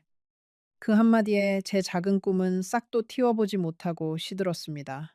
그 시절 제 유일한 숨구멍은 옆집 영자였습니다. 저와 비슷한 시기에 시집 온 영자는 빨래터에서 만나면 서로의 멍든 마음을 털어놓는 사이였지요. 순자야, 우리는 왜 이렇게 사는 걸까? 영자가 그렇게 물으면 저는 대답 대신 그저 함께 한숨을 쉬었습니다. 그때 우리는 참 어렸고 우리에게 다른 삶이 가능하다는 걸 아무도 가르쳐 주지 않았습니다. 영호 씨가 매정하기만 한 사람이었느냐고 묻는다면 그건 또 아닙니다. 제가 첫 아이를 가져 입덧이 심하던 때 한겨울 새벽에 그 사람이 어디선가 귤을 한 봉지 구해다 머리맡에 놓고 간 적이 있었습니다. 아무 말도 없이요. 저는 그게 그 사람 마음인 줄도 모르고 말이라도 좀 다정하게 하지 하고 속으로 원망만 했습니다. 그때는 그 귤 한 봉지가 그 사람이 할 수 있는 최선의 사랑 표현이었다는 걸 정말 몰랐습니다. 세월은 그렇게 흘렀습니다. 시부모님 두 분을 차례로 모시고 보내드리는 동안 저는 한 번도 제 인생을 돌아볼 틈이 없었습니다. 새벽이면 일어나 연탄을 갈고 도시락을 싸고 빨래를 삶고 밤이면 떨어진 옷을 기웠습니다. 그렇게 하루하루를 버티다 보니 어느새 거울 속에는 주름진 중년의 여자가 서 있었습니다. 청춘이 언제 지나갔는지도 모른 채 말이지요. 영호 씨는 밖에서는 점잖은 사람이었습니다. 동네 사람들은 다 그 일을 성실하고 반듯한 사람이라 했지요. 그런데 집에 들어오면 입을 닫았습니다. 하루 종일 같이 있어도 열 마디를 안 했어요. 제가 무슨 말을 하면 쓸데없는 소리 한마디로 잘라버렸고 아이들 일도 다 제 몫이었습니다. 기쁜 일이 있어도 같이 웃어주지 않았고 제가 아파 누워 있어도 약 한 봉지 사다 주는 법이 없었습니다. 가장 서러웠던 건 둘째를 잃었을 때였습니다. 뱃속에서 7달을 키운 아이를 그렇게 보내고 저는 며칠을 식음을 전폐하고 울었습니다. 그때 그 사람은 제 등을 한번 쓸어주기는커녕 산 사람은 살아야지 그 말만 던지고 일하러 나갔습니다. 저는 그날 이 사람과는 마음을 나눌 수 없겠구나 하고 마음의 문을 닫았던 것 같습니다. 그 무렵 우리 살림은 늘 빠듯했습니다. 영호 씨 혼자 벌어 네 식구가 사는 게 쉬운 일이 아니었지요. 저는 남의 집 영바느질을 몰래 받아다 밤마다 미싱을 돌렸습니다. 그 돈을 차곡차곡 모아 준영이 학원비를 대고 미경이 교복을 맞췄습니다. 영호 씨는 제가 그렇게 한다는 걸 알면서도 모르는 척 했습니다. 고맙다는 말도 미안하다는 말도 없었지요. 다만 월급날이면 봉투에서 제 몫이라며 얼마간을 따로 떼어 말없이 밥상 위에 올려놓곤 했습니다. 아이들은 아버지를 어려워했습니다. 준영이는 아버지 앞에서는 말 한마디 제대로 못했고 미경이는 아예 아버지를 피해 다녔습니다. 영호 씨는 자식들에게도 무뚝뚝하기는 매한가지였으니까요. 그런데 아이들이 잠든 깊은 밤이면 그 사람이 슬그머니 아이들 방에 들어가 이불을 다시 덮어주고 나오는 걸 저는 여러 번 보았습니다. 낮에는 그렇게 차가운 사람이 밤에는 그렇게 조심스러운 손길을 가진 사람이라는 걸 그때는 저만 알고 있었지요. 준영이가 고등학교에 들어가던 해 그 사람이 다니던 공장이 어려워져 한동안 일을 쉰 적이 있었습니다. 그 몇 달 동안 영호 씨는 부쩍 말이 없어졌고 밤마다 잠을 이루지 못하고 마당에 나가 담배를 태웠습니다. 가장으로서 식구들을 못 먹여 살릴까 봐 그 무거운 짐을 혼자 지고 끙끙 앓았던 거지요. 그런데 저는 그때 그 사람의 등을 한 번도 다독여 주지 못했습니다. 저 역시 제 서러움에 갇혀 그 사람의 외로움을 들여다볼 마음의 여유가 없었으니까요. 지금 와서 생각하면 우리는 둘 다 외로웠습니다.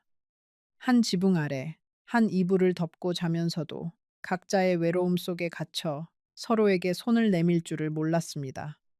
저는 그 사람이 차가워서 외로웠고 그 사람은 저에게 다가가는 법을 몰라서 외로웠습니다. 그 긴 세월 동안 우리 사이에는 보이지 않는 두꺼운 벽이 점점 더 높아져만 갔습니다.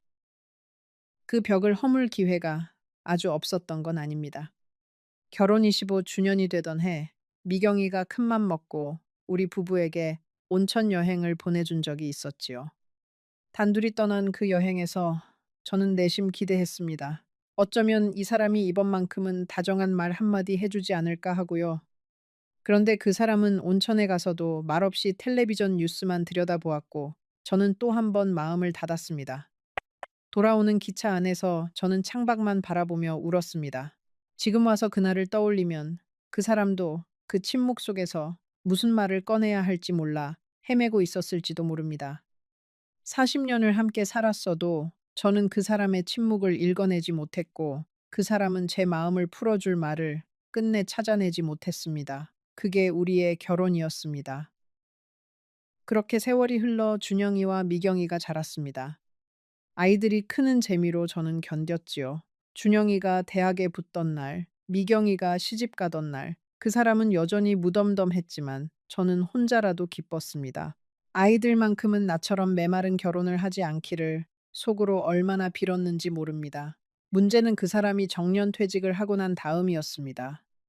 평생 일터에 매여 있던 사람이 하루 종일 집에 있으니 그 무뚝뚝함이 갈 곳을 잃고 온통 제게로 쏟아졌습니다. 아침, 점심, 저녁 세 끼를 꼬박 차려야 했고 국이 식었다, 반찬이 짜다, 간섭이 늘었습니다. 텔레비전 앞에 종일 앉아 리모컨만 쥐고 있으면서 제가 친구라도 만나러 나가려 하면 못마땅한 얼굴을 했지요. 그 무렵 저는 거울 속에 제 얼굴을 보다가 문득 그런 생각이 들었습니다. 나는 누구지? 나는 평생 무엇을 위해 산 거지? 남편을 위해, 자식을 위해, 시부모를 위해 살았는데 정작 순자라는 사람을 위해 산 날은 단 하루도 없었구나. 그 생각이 한번 들기 시작하니 멈출 수가 없었습니다. 친구들 중에 먼저 혼자가 된 이들이 덜어 있었습니다. 누구는 남편을 먼저 보내고 누구는 황혼 이혼을 했지요. 그런데 그 친구들이 어찌나 홀가분해 보이던지요. 여행도 다니고 노래 교실도 다니고 얼굴에 화색이 돌았습니다. 저는 그 모습이 그렇게 부러울 수가 없었습니다. 나도 저렇게 살 수 있지 않을까. 늦었지만 지금이라도 결심을 굳힌 건 어느 겨울 저녁이었습니다. 제가 감기 몸살로 끙끙 앓으며 누워 있는데 그 사람이 방문을 빼꼼 열더니 한다는 소리가 저녁은 안 차리냐였습니다. 저는 그 순간 40년 동안 쌓였던 무언가가 안에서 툭 하고 끊어지는 소리를 들었습니다. 아, 이 사람에게 나는 끝까지 밥상이었구나. 사람이 아니라. 다음 날 저는 자식들을 불러 앉혔습니다. 엄마, 아버지랑 이혼할란다. 준영이는 펄쩍 뛰었습니다. 엄마, 이 나이에 무슨 망신이에요. 남들이 뭐라 하겠어요. 며느리는 옆에서 입을 꾹 다물고 눈치만 봤고, 미경이는 그래도 제 손을 잡아주더군요. 엄마 하고 싶은 대로 해. 엄마도 이제 좀 행복해야지. 그 말 한마디에 저는 또 눈물이 났습니다. 영호 씨는 의외로 순순히 도장을 찍었습니다. 제가 이혼 이야기를 꺼냈을 때 그 사람은 한참을 말없이 천장만 바라보았습니다. 그러더니 짧게 한마디 했어요. 그래, 네 뜻대로 해라. 저는 그 말이 그 사람이 평생 제게 했던 무관심의 마지막 증거라고 생각했습니다. 끝까지 붙잡지도 않는구나. 끝까지 나를 이렇게 쉽게 놓아버리는구나 하고요. 지금 와서 생각하면 그 천장을 바라보던 긴 침묵 속에 무엇이 들어 있었는지 저는 그때 조금도 헤아리지 못했습니다. 사람은 자기가 보고 싶은 것만 보는 법이니까요. 이혼 도장을 찍기까지의 그 몇 주 동안 그 사람은 평소와 조금도 다르지 않은 듯 보였습니다. 그래서 저는 더 화가 났습니다. 마누라가 떠난다는데 어떻게 저렇게 태어날 수 있을까? 어떻게 한마디 만류의 말이 없을 수 있을까? 그런데 지금 와서 그때를 떠올리면 그 사람의 행동에는 작은 변화들이 분명히 있었습니다. 제가 짐을 정리하는 동안 그 사람은 평소보다 일찍 자리에 들었고 평소보다 늦게 일어났습니다. 새벽에 한번 눈이 떠져 보니 그 사람이 식탁에 앉아 어둠 속에서 가만히 제 짐 보따리를 바라보고 있더군요. 그땐 그저 저 사람이 무슨 짐이 빠졌는지 따지려는 게로구나 싶어 다시 누웠습니다. 이혼하기 전날 밤 저는 그 집에서 마지막으로 밥상을 차렸습니다. 평생의 마지막 밥상이라 생각하니 손이 자꾸만 떨렸습니다. 그 사람이 좋아하던 청국장을 끓이고 갈치를 굽고 콩나물 무침을 무쳤습니다. 그날따라 그 사람은 평소보다 천천히 먹었습니다. 한 숟갈 한 숟갈을 오래오래 씹으며 가끔씩 젓가락을 멈추고 그릇을 한참 들여다보았지요. 저는 그때 그 모습이 평생 먹던 맛이라 익숙해서 그러나 보다 정도로만 생각했습니다. 그 밥상이 그 사람에게 어떤 의미였는지를 그때는 짐작조차 하지 못했지요. 그날 밤 그 사람이 저에게 마지막으로 한 말은 잘 자라였습니다. 평소엔 인사 한마디 없이 등 돌리고 눕던 사람이 그날만은 그 한마디를 했습니다. 저는 그 한마디조차 내일 도장 찍으러 가야 하니 잠 푹 자라는 소리인가 하고 빗둘게 받아들였습니다. 사람이 한번 미움에 사로잡히면 상대의 어떤 호의도 그 미움의 색깔로 물들여 버리는 법이지요. 저는 그날 평생 그 사람이 처음이자 마지막으로 건넨 다정한 인사를 끝내 받아주지 못한 셈입니다. 이혼하고 처음 며칠은 정말 날아갈 것 같았습니다. 작은 새빵 하나를 얻어 짐을 풀고 늦잠도 자보고 밥은 대충 김치에 물 말아 먹어도 누가 뭐라는 사람이 없었습니다. 텔레비전 채널도 제 마음대로 돌리고 자고 싶을 때 자고 깨고 싶을 때 깼습니다. 이게 자유구나. 이게 사람 사는 거구나 싶었지요. 그런데 그 홀가분함은 오래가지 않았습니다. 한 보름쯤 지났을까요? 저녁이 되면 이상하게 마음이 텅 비었습니다. 평생 누군가의 저녁상을 차리던 손이 갈 곳을 잃으니 어쩔 줄을 몰랐습니다. 혼자 먹는 밥은 아무리 맛난 반찬을 차려도 모래알 같았습니다. 텔레비전 소리만 온 방을 가득 채우는데 그 소리가 어찌나 크게 들리던지요. 밤이 가장 견디기 힘들었습니다. 40년을 옆에 누군가의 숨소리를 들으며 잤는데 그 숨소리가 사라지니 방이 무덤처럼 고요했습니다. 미워하던 사람의 숨소리마저 그리울 줄은 저도 정말 몰랐습니다. 그 사람의 코 고는 소리가 그렇게 듣기 싫었는데 이제는 그 소리가 없어서 잠이 오질 않았습니다. 자식들에게 기대 보려고도 했습니다. 준영이네 집에 며칠가 있었지요. 손주들 보는 재미라도 있을까 해서요. 그런데 며느리의 얼굴이 날이 갈수록 굳어갔습니다. 처음 하루 이틀은 어머니 편히 계세요 하더니 사흘째 되는 날부터는 제가 부엌에 들어가면 슬그머니 자리를 피하고 제가 손주에게 옛날 이야기라도 해줄라 치면 어머니 애 교육에 안 좋아요 하며 말을 잘랐습니다. 하루는 밤에 화장실에 가려고 일어났다가 부엌에서 두 사람이 나누는 소리를 듣고 말았습니다. 여보, 어머니 언제까지 계신데? 글쎄, 나도 모르지. 이혼까지 하셨는데 이제 어디 가시겠어? 아니, 그럼 우리가 평생 모셔야 한다는 거야? 아버님은 멀쩡히 계신데 왜 우리만... 저는 그 자리에 얼어붙어 화장실도 못 가고 한참을 서 있었습니다. 그 밤에 저는 제 방, 아니, 손주방을 빌려 쓰던 그 작은 방에 앉아 생각했습니다. 나는 자유를 찾아 나왔는데 어쩌다 이렇게 천덕꾸러기가 되었을까? 평생 누구의 짐도 되지 않으려고 그렇게 손이 부르트도록 일했는데 이제 와서 자식의 짐이 되어버렸구나. 다음 날 아침, 저는 핑계를 대고 짐을 싸서 제 셋방으로 돌아왔습니다. 셋방으로 돌아오는 버스 안에서 저는 창밖을 보며 한참을 멍하니 앉아 있었습니다. 사람들로 붐비는 버스 안에서 저는 어느 누구의 시선도 받지 못하는 그림자 같았습니다.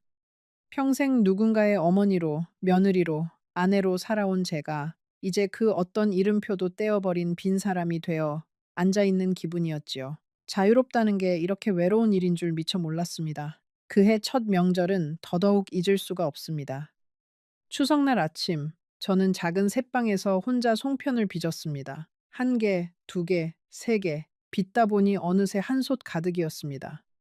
평생 한솥 가득 빚는 게 몸에 배어 있었던 거지요. 그 송편을 누구에게 줄 사람도 없는데 말입니다. 저는 그 솥을 끌어안고 한참을 울었습니다. 평생 차린 그 많은 명절상이 다 누구를 위한 것이었나. 그리고 이제는 누구도 제 송편을 기다리지 않는다는 사실이 그렇게 사무칠 줄 몰랐습니다. 옆집에 사는 김 여사라는 분이 그날 우연히 저를 보고는 자기 집 차례 음식이라며 한 접시 가져다 주셨습니다. 혼자 명절 보내시면 어떡해요?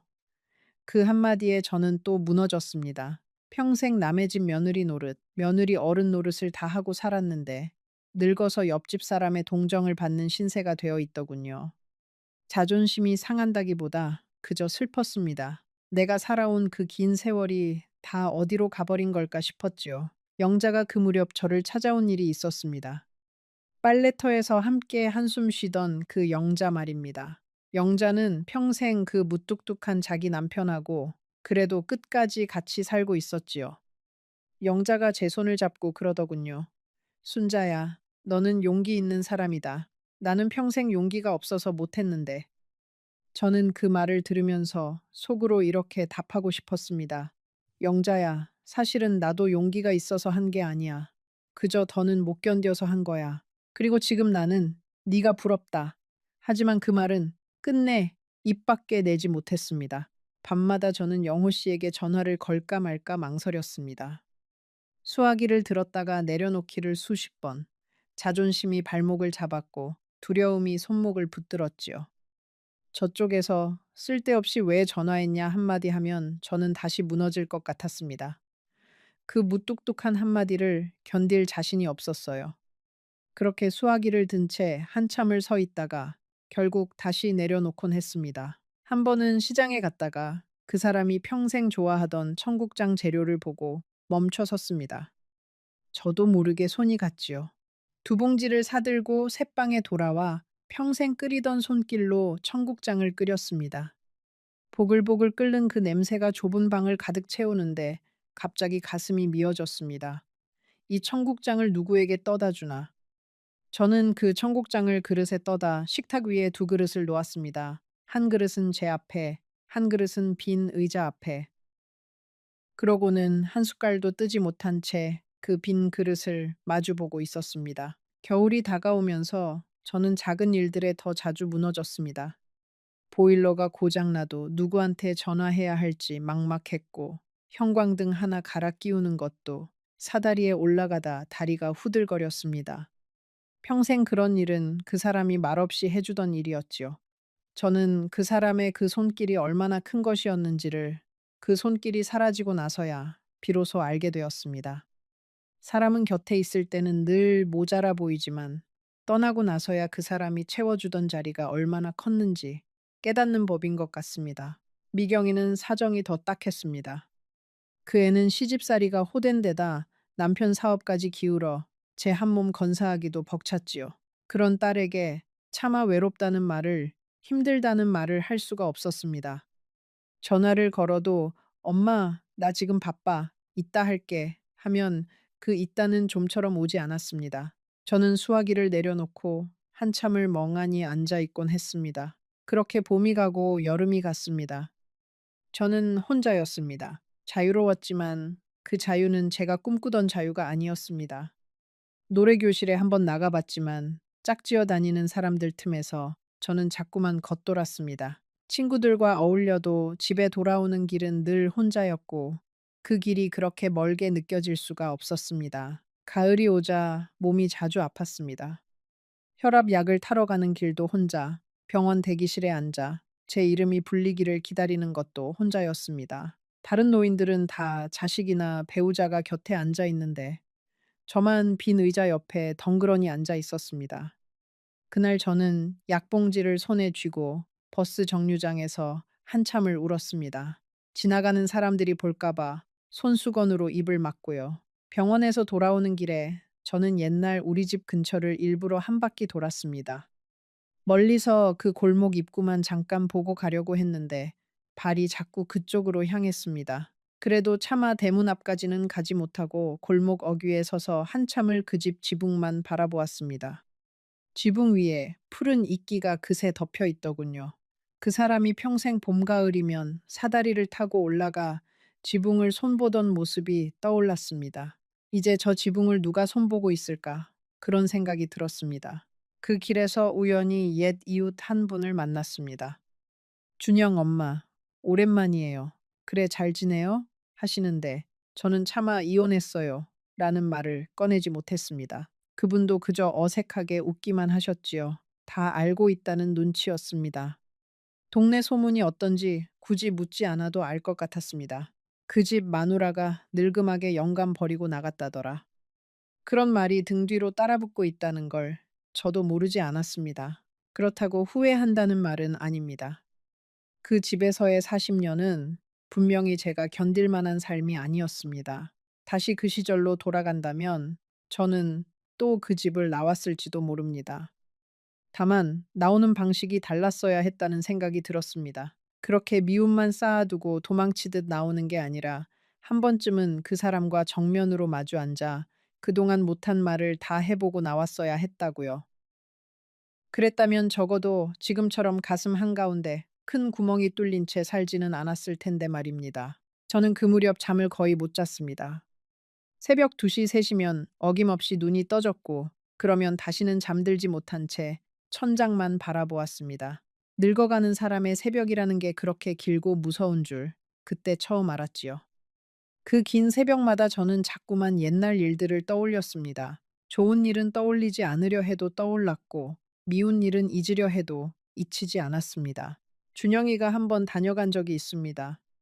며느리 없이 혼자 왔더군요. 손에 약봉지와 죽 한 그릇을 들고요. 엄마, 며칠 와 계실래요? 처가 친정 가서 며칠 비웠어요. 그 말이 어찌나 미안하고 또 고맙던지요. 며느리 없을 때 와 있으라는 그 배려가 한편으로는 며느리 눈치를 봐야 하는 아들의 처지가 안쓰러워 가슴이 시렸습니다. 저는 고개를 저었습니다. 엄마 괜찮다. 너희 부부 사이만 좋으면 됐다. 그렇게 말하고 돌려보냈습니다. 그날 밤 저는 또 잠들지 못했습니다. 준영이가 돌아간 뒤 며칠이 지났을 때 저는 우연히 옷장 깊숙한 곳에서 영호 씨의 손수건 한 장을 발견했습니다. 이혼하고 짐을 옮길 때 어쩌다 섞여 들어온 것이었지요. 누렇게 변색된 그 손수건을 손에 쥐자 그 사람의 냄새가 희미하게 났습니다. 담배 냄새와 빨래비누 냄새가 섞인 그 익숙한 냄새. 저는 그 손수건을 끌어안고 또 한참을 울었습니다.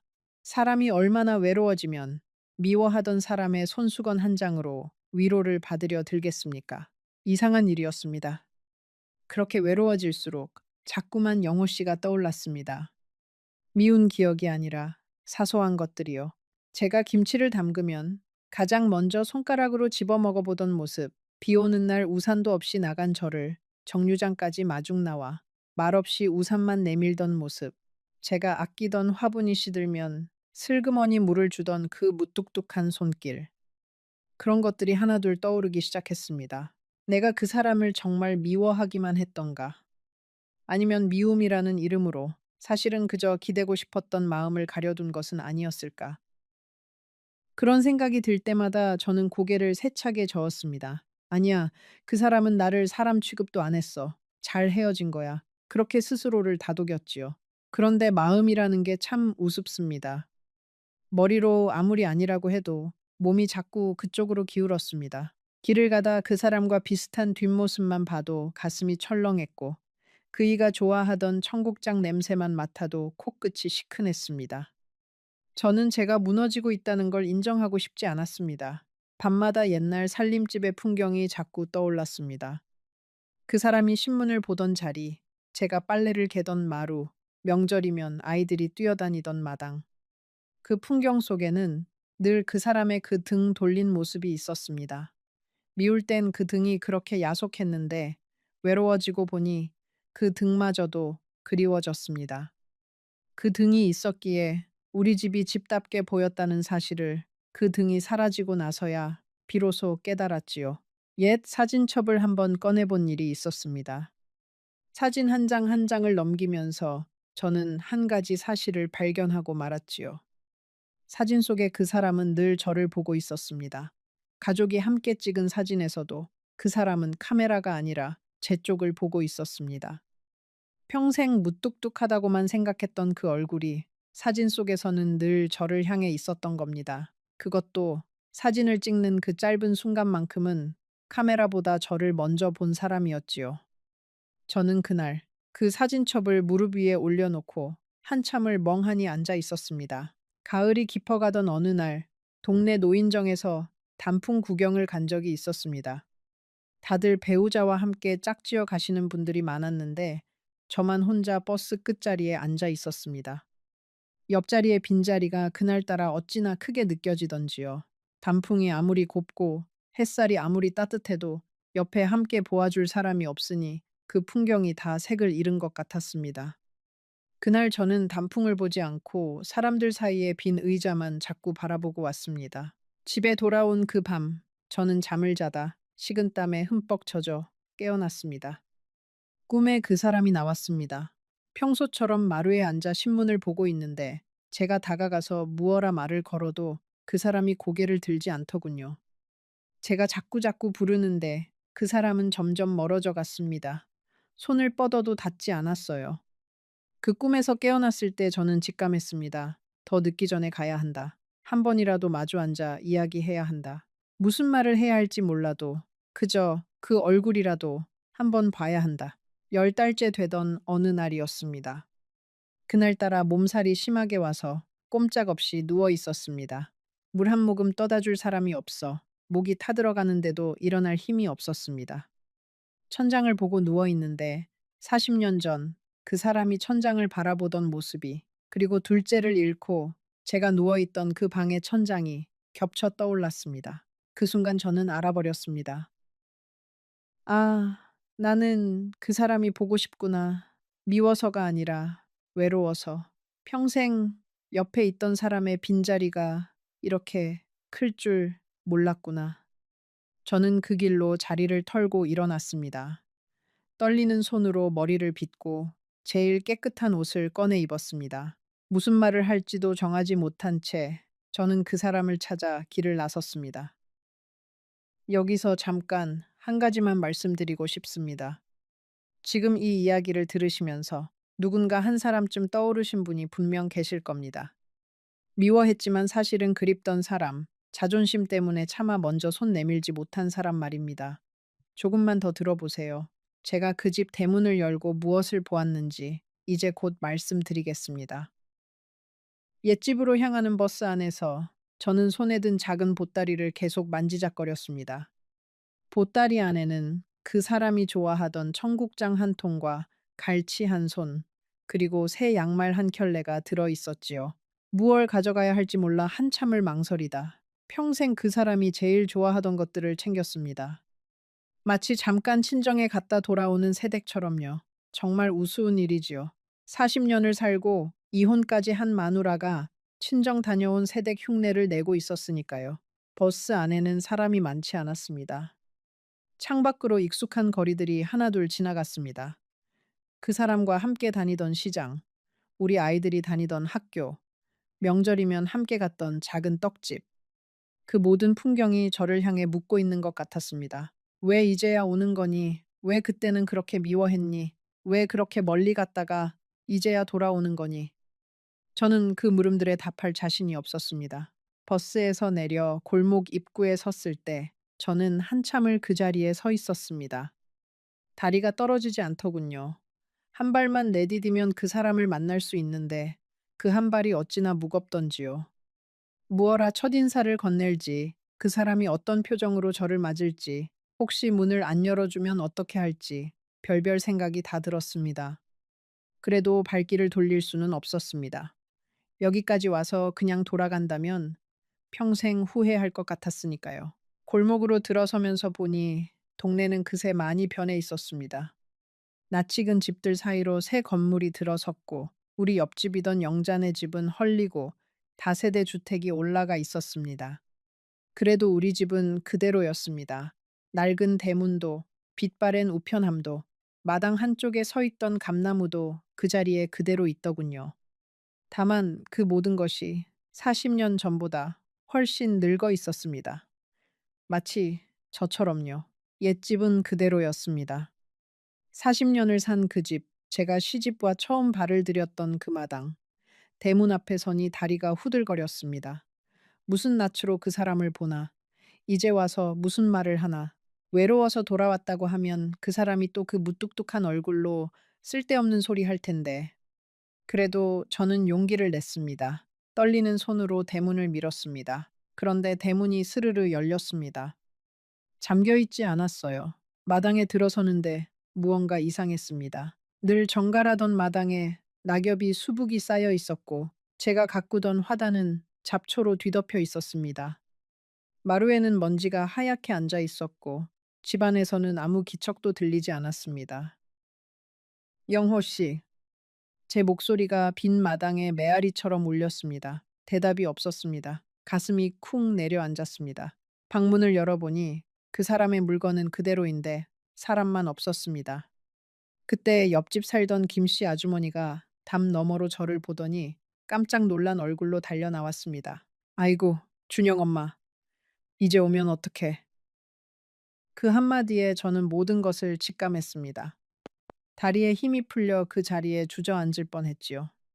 김씨 아주머니가 제 손을 붙들고 천천히 이야기를 들려주었습니다.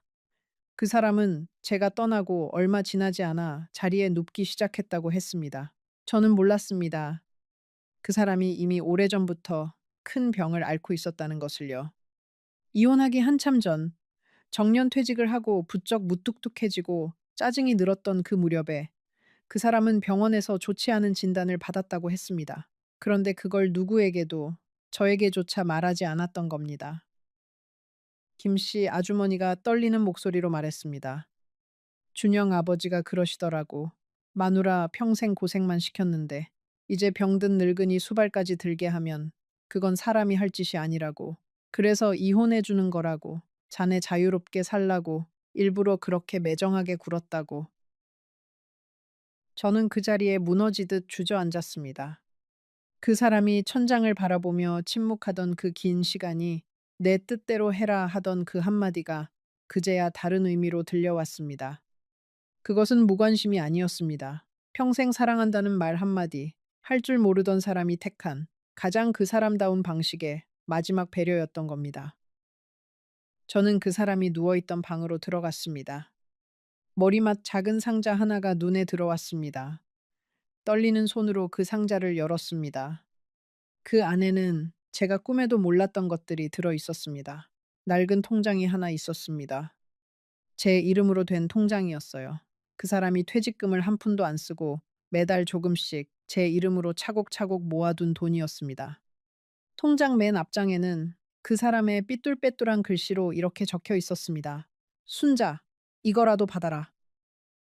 그 옆에는 손수건에 곱게 싼 사진들이 있었습니다. 우리가 신혼 때 찍은 빛바랜 사진, 준영이 돌잔치 사진, 미경이 시집 가던 날 제가 한복 입고 웃던 사진. 그 무뚝뚝한 사람이 그 사진들을 닳도록 들여다본 듯 모서리가 다 해져 있었습니다. 그리고 사진 뒷면에는 글씨가 적혀 있었어요. 이날 순자가 제일 예뻤다. 그리고 공책이 한 권 있었습니다. 그 사람이 평생 입으로는 한 번도 하지 못한 말들을 그 공책에 적어 두었던 겁니다. 글씨가 서툴러서 한자 한자 꾹꾹 눌러 쓴 흔적이 가득했습니다. 저는 떨리는 손으로 그 공책을 한 장 한 장 넘겼습니다. 오늘 순자가 김치를 담갔다. 맛있다는 말을 못했다. 다음엔 꼭 해야지. 오늘 순자가 둘째 생각에 우는 것 같았다. 등을 쓸어주고 싶었는데 손이 안 나갔다. 나는 왜 이 모양인가? 병원에서 안 좋은 소리를 들었다. 순자에게 말하면 평생 또 나 때문에 발이 묶일 거다. 그건 안 된다. 오늘 순자가 이혼하자고 했다. 잘 됐다. 이제라도 저 사람을 놓아주는 게 내가 할 수 있는 마지막 일이다. 미안하다, 순자야. 평생 따뜻한 말 한마디 못해서. 공책의 마지막 장에는 짧은 글이 적혀 있었습니다. 오늘 몸이 많이 안 좋다. 순자가 잘 지내고 있는지 궁금하다. 보고 싶다는 말은 못하겠다. 그 사람 행복하면 그만이다. 나는 이제 됐다. 저는 그 마지막 한 줄을 읽고 공책을 안고 그대로 방바닥에 엎드려 울었습니다. 평생을 미워하던 사람의 마지막 마음이 이렇게 저를 향해 있었다는 사실이 견딜 수 없이 무거웠습니다. 그 상자 안에는 다른 물건들도 있었습니다. 제가 신혼 때 쓰던 빗 하나, 닳도록 들여다본 듯한 우리 가족 사진 한 장, 그리고 작은 약통이 있었습니다. 약통 안에는 영호 씨가 마지막까지 드시던 약이 그대로 남아 있었지요. 라벨을 들여다보니 한참 전부터 드시던 약이라는 게 적혀 있었습니다. 제가 함께 살 때부터 이미 그 사람은 매일 그 약을 드시고 있었던 겁니다. 그런데 저는 한 번도 몰랐습니다. 그 사람이 화장실에서 혼자 약을 삼키는 모습을 제가 어떻게 한 번도 보지 못했을까요? 아니, 어쩌면 보고도 그저 영양제려니 하고 넘긴 게 아니었을까요? 그때 마당에서 인기척이 났습니다. 준영이었습니다. 김씨 아주머니의 연락을 받고 단걸음에 달려온 모양이었습니다. 준영이는 방에 들어서더니 저를 보고 한참을 말없이 서 있었습니다. 그 애의 눈도 빨갰습니다. 엄마, 그 한마디를 하고 준영이는 무릎을 꿇고 제 옆에 앉았습니다. 엄마, 사실은 제가 알고 있었어요. 준영이가 떨리는 목소리로 말했습니다. 아버지가 저한테 몇 번을 당부하셨어요. 엄마한테 절대 말하지 말라고. 엄마는 평생 우리 다 돌보느라 자기 인생 한 번을 못 살았는데 늙어서까지 자기 병수발로 발묶이게 할 수는 없다고. 그게 자기가 엄마한테 줄 수 있는 마지막 선물이라고 그러셨어요. 저는 무릎 꿇은 아들의 손을 붙들고 그 자리에서 무너졌습니다. 그럼 너는 왜 엄마한테 안 알려줬니? 한 번이라도 말해줬어야지. 준영이는 고개를 떨구었습니다. 아버지가 저한테 그러셨어요. 준영아, 네 엄마한테 알리는 순간 너는 내 아들이 아니다. 그렇게 못을 박으셨어요. 저도 미치겠더라고요. 그래도 아버지 뜻을 따라야 한다고 어느 게 맞는지 저도 몰랐어요. 죄송해요, 엄마. 저는 아들을 탓할 수도, 그 사람을 탓할 수도, 저 자신을 탓할 수도 없었습니다. 우리는 모두 각자의 자리에서 서툴렀고 각자의 방식으로 서로를 사랑한다고 믿었습니다.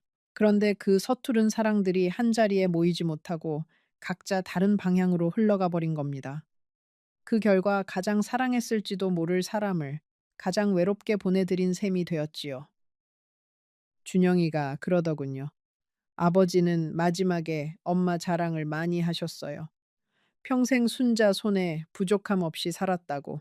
자기는 표현을 못했지만 마누라 손맛이 세상에서 제일이라고 그러면서 자꾸 부엌 쪽을 바라보셨어요.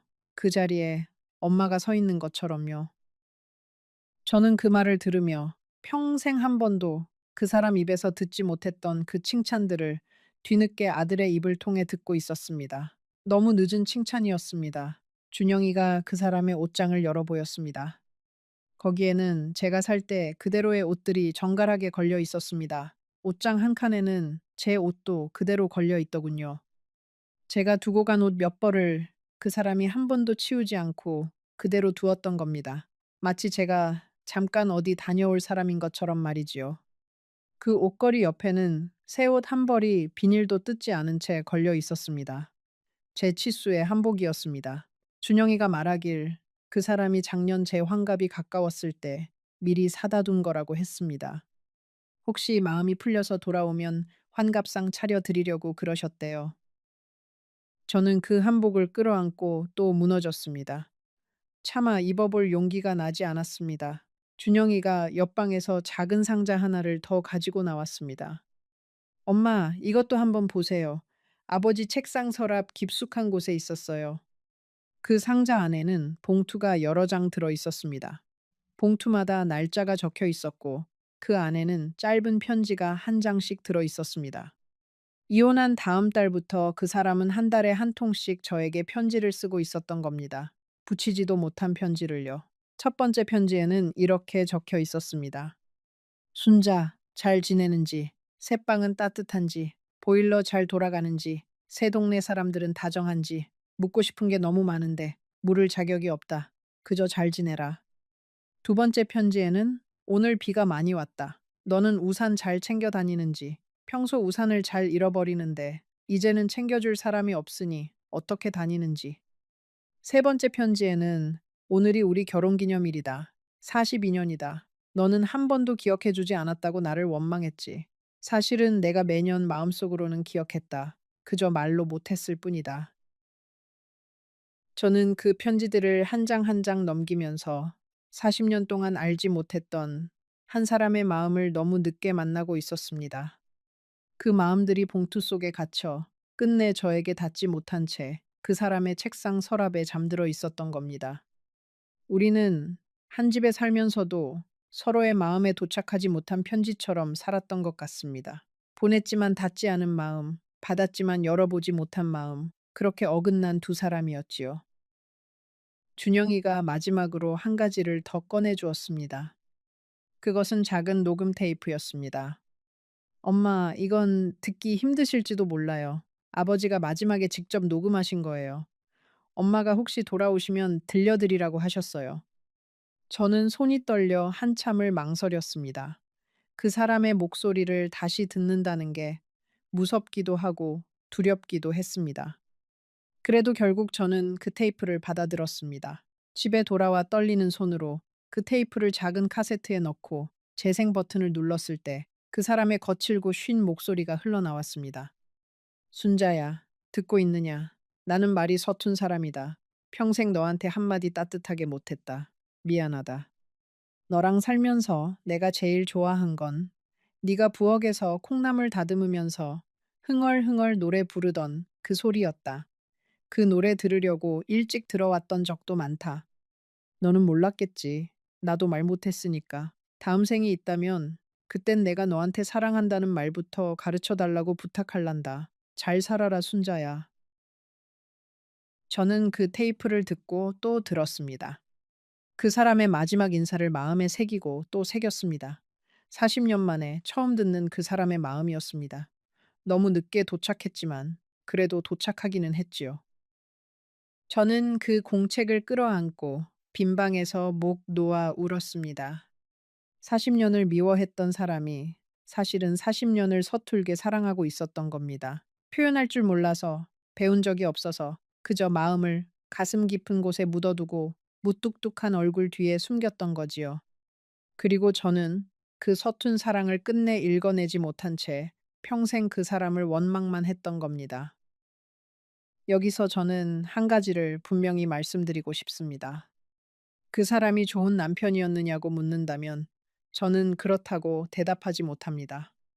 사랑한다면 말로도 했어야 했고 아플 때 손도 잡아줬어야 했습니다. 그 사람의 침묵은 저를 40년 동안 외롭게 만들었고 그 외로움은 핑계가 아니라 진짜였습니다. 그러니 이 이야기는 그 사람이 옳았다는 이야기가 아닙니다. 우리 둘 다 서툴렀다는 이야기지요. 그 사람은 사랑을 표현할 줄 몰랐고 저는 사랑을 읽어낼 여유가 없었습니다. 우리는 40년을 한 지붕 아래 살면서도 서로의 마음에는 단 한 번도 제대로 가닿지 못했습니다. 그게 우리 세대의 비극이었는지도 모르겠습니다. 마음을 표현하는 법을 아무도 가르쳐 주지 않았던, 그저 참고 견디는 게 미덕이라 배웠던 그 시절의 슬픈 이야기 말입니다. 그 사람의 마지막 길은 자식들이 지켰다고 했습니다. 준영이가 뒤늦게 아버지의 병을 알고 한 걸음에 달려왔지만 그땐 이미 늦은 뒤였지요. 그 사람은 마지막 순간까지 제 이름을 불렀다고 김씨 아주머니가 전해주었습니다. 순자, 순자 하고요. 저는 그 곁을 지키지 못했습니다. 그게 제 평생의 한이 되었습니다. 장례를 어떻게 치렀는지도 저는 한참 뒤에야 들었습니다. 준영이는 그날 저에게 연락하지 못했다고 했습니다. 알리지 말라는 아버지의 마지막 부탁이 있었기 때문이지요. 엄마 마음 다시 흔들면 안 된다고, 모르는 채로 살게 두라고, 그게 자기가 엄마한테 해줄 수 있는 마지막 거짓말이라고 그러셨어요. 준영이는 그 말을 전하면서 또 울었습니다. 저는 한참 동안 아무 말도 하지 못했습니다. 그 사람은 가는 길까지 저를 자유롭게 두려고 거짓말을 부탁했던 겁니다. 살아서 한 거짓말은 한 번도 없던 사람이 죽기 직전에 처음으로 거짓말을 부탁했지요. 영자가 한참 뒤에 찾아왔습니다. 영자도 어디서 소식을 들은 모양이었어요. 빈손으로 와 제 앞에 앉더니 한참을 말없이 제 손만 잡고 있었습니다. 순자야, 사람 마음이라는 게 참 알 수가 없다. 미운 게 미운 게 아니더라. 미운 줄 알았는데 사실은 정인 거더라. 우리 영감도 가고 나서야 알았어. 그 자리가 비고 나서야 그 사람이 거기 있었다는 걸 알겠더라. 영자는 그 한마디를 하고 또 한참 제 손을 잡았다 갔습니다. 저는 그날 밤 영자가 했던 그 말을 곱씹으며 잠을 이루지 못했습니다. 장례식에도 가지 못한 저를 미경이가 나중에 그 사람이 잠든 곳으로 데려다 주었습니다. 저는 그 앞에 한참을 서 있었습니다. 무슨 말을 해야 할지 40년을 함께 살고도 끝내 할 말을 찾지 못했습니다. 그저 가져간 청국장 한 그릇을 가만히 내려놓았습니다. 그 사람이 그렇게 좋아하던, 제가 한 번도 따뜻한 마음으로 끓여준 적 없던 그 청국장을요. 그 자리에서 저는 처음으로 그 사람에게 사과를 했습니다. 영호 씨, 미안해요. 당신 마음 못 알아봐서 미안해요. 당신이 그렇게 아픈 줄도 모르고 짐만 싸들고 나가서 미안해요. 당신이 그렇게 부른 내 이름을 끝까지 못 들어줘서 미안해요. 평생 못한 말을 그 사람이 더는 들을 수 없게 된 그곳에 와서야 겨우 했습니다. 미경이가 옆에서 저를 부축하며 함께 울었습니다. 어머니가 아버지에게 사과하는 그 모습을 자식이 지켜보는 마음이 어떠했을지 저는 차마 미경이의 얼굴을 마주 볼 수가 없었습니다. 그날 이후로도 저는 한동안 일어서지 못했습니다. 밥도 제대로 넘기지 못했고 밤이면 그 사람의 녹음 테이프를 틀어놓고 잠이 들곤 했습니다. 그 거칠고 쉰 목소리를 자장가 삼아 잠드는 늙은이의 마음이 얼마나 가엾고 또 우스운지 모릅니다. 그러던 어느 날 미경이가 저를 찾아와 한마디 했습니다. 엄마, 아버지가 엄마를 그렇게 보내드린 건 엄마 인생 살라고 그러신 거잖아. 엄마가 이렇게 무너져 있으면 아버지가 거기서 더 마음 아프시지 않겠어? 그 말을 듣고 저는 정신이 번쩍 들었습니다. 그 사람이 마지막까지 지키려 했던 게 제 인생인데 제가 이렇게 무너지면 그 사람의 마지막 마음마저 헛것이 되는 셈이지요. 그날부터 저는 다시 천천히 일어서기 시작했습니다. 매일 아침 일어나면 가장 먼저 그 사람의 사진 앞에 앉아 안부를 묻는 게 제 일과가 되었습니다. 오늘 날씨가 참 좋아요. 영호 씨도 거기서 잘 지내요? 그렇게 혼잣말처럼 인사를 건넵니다. 대답이 돌아올 리 없는 그 사람에게 매일 말을 거는 늙은이가 우스워 보일지도 모르겠지만 저는 그렇게라도 그 사람과 못다한 이야기를 채워가고 있습니다. 평생 못한 대화를 늦었지만 이제라도 시작해보는 거지요. 집으로 돌아오는 길에 미경이가 제 손을 꼭 잡고 말했습니다. 엄마, 너무 자책하지 마. 아버지도 엄마가 행복하길 바랐을 거야. 저는 고개를 끄덕였지만 마음 한구석은 여전히 무너진 채였습니다. 자식의 위로가 아무리 따뜻해도 직접 건네지 못한 말 한마디의 무게는 그대로 남는 법이니까요. 그 사람을 보내드린 뒤로 저는 한동안 사람들 앞에 나가지 못했습니다. 동네 슈퍼에서 마주치는 이웃의 시선이 무거웠고 누가 안부를 물으면 무어라 답해야 할지 입이 떨어지지 않았습니다. 이혼한 마누라와 먼저 보낸 아내는 분명히 다른 자리인데 저는 그 두 자리 어느 쪽에도 온전히 속하지 못한 사람이 되어 있었지요. 동네 사람들도 저를 어떻게 대해야 할지 몰라 어색해했습니다. 위로를 건네는 사람도 있었고 못 본 척 지나가는 사람도 있었습니다. 저는 어느 쪽이든 견디기가 힘들었습니다. 준영이는 그 뒤로 자주 저를 찾아왔습니다. 며느리도 제 앞에서는 말을 아꼈지요. 시아버지를 보내드리고 시어머니가 그렇게 외로이 사는 모습을 보면서 그 애도 무언가 마음에 걸린 모양이었습니다. 한 번은 며느리가 김장철에 저희 집에 와서 같이 김치를 담갔습니다. 며느리의 손길이 전과는 사뭇 달라져 있더군요. 묻지 않아도 미안하다는 말이 그 손끝에 묻어났습니다. 저는 그저 모르는 척 같이 물을 채 썰고 양념을 버무렸습니다. 그날 우리 둘은 평생 처음으로 한마음으로 무언가를 했던 것 같습니다. 미경인의 사정도 그 무렵 조금씩 풀려갔습니다. 사위가 다시 일자리를 잡았고 손주 녀석이 학교에서 좋은 일도 생겼지요. 미경이는 자주 전화를 걸어 엄마, 우리 집에 와서 며칠 계시다가요 하더군요. 저는 가끔 미경이네 집에 가 며칠씩 있다 오곤 했습니다. 손주가 학교에서 받아쓰기를 100점 맞은 시험지를 들고 와 자랑하는 모습을 보면 그제야 잠시 웃을 수 있었습니다. 그래도 집에 돌아오면 다시 빈 방의 정막이 저를 기다리고 있었습니다. 그 정막은 시간이 흘러도 좀처럼 옅어지지 않았습니다. 그 통장의 돈은 저는 한 푼도 쓰지 못했습니다. 대신 그 돈으로 형편이 어려운 미경이네를 조용히 도왔고 남은 것으로는 그 사람과 저의 이름으로 작은 장학금을 만들었습니다. 가난해서 마음을 표현할 여유조차 없었던 우리 같은 사람들이 우리 자식 세대만큼은 사랑한다는 말을 아끼지 않고 살기를 바라는 마음에서요. 세월이 흘러 저는 이렇게 여든이 되었습니다. 그 사람을 떠나보낸 지도 어느덧 20년이 다 되어 갑니다. 그런데도 저는 여전히 비 오는 날이면 정류장에서 우산을 내밀던 그 손길을 떠올립니다. 그리고 그 공책에 꾹꾹 눌러 쓴 글씨를요. 제가 이 이야기를 이렇게 부끄러움을 무릅쓰고 들려드리는 이유는 단 하나입니다.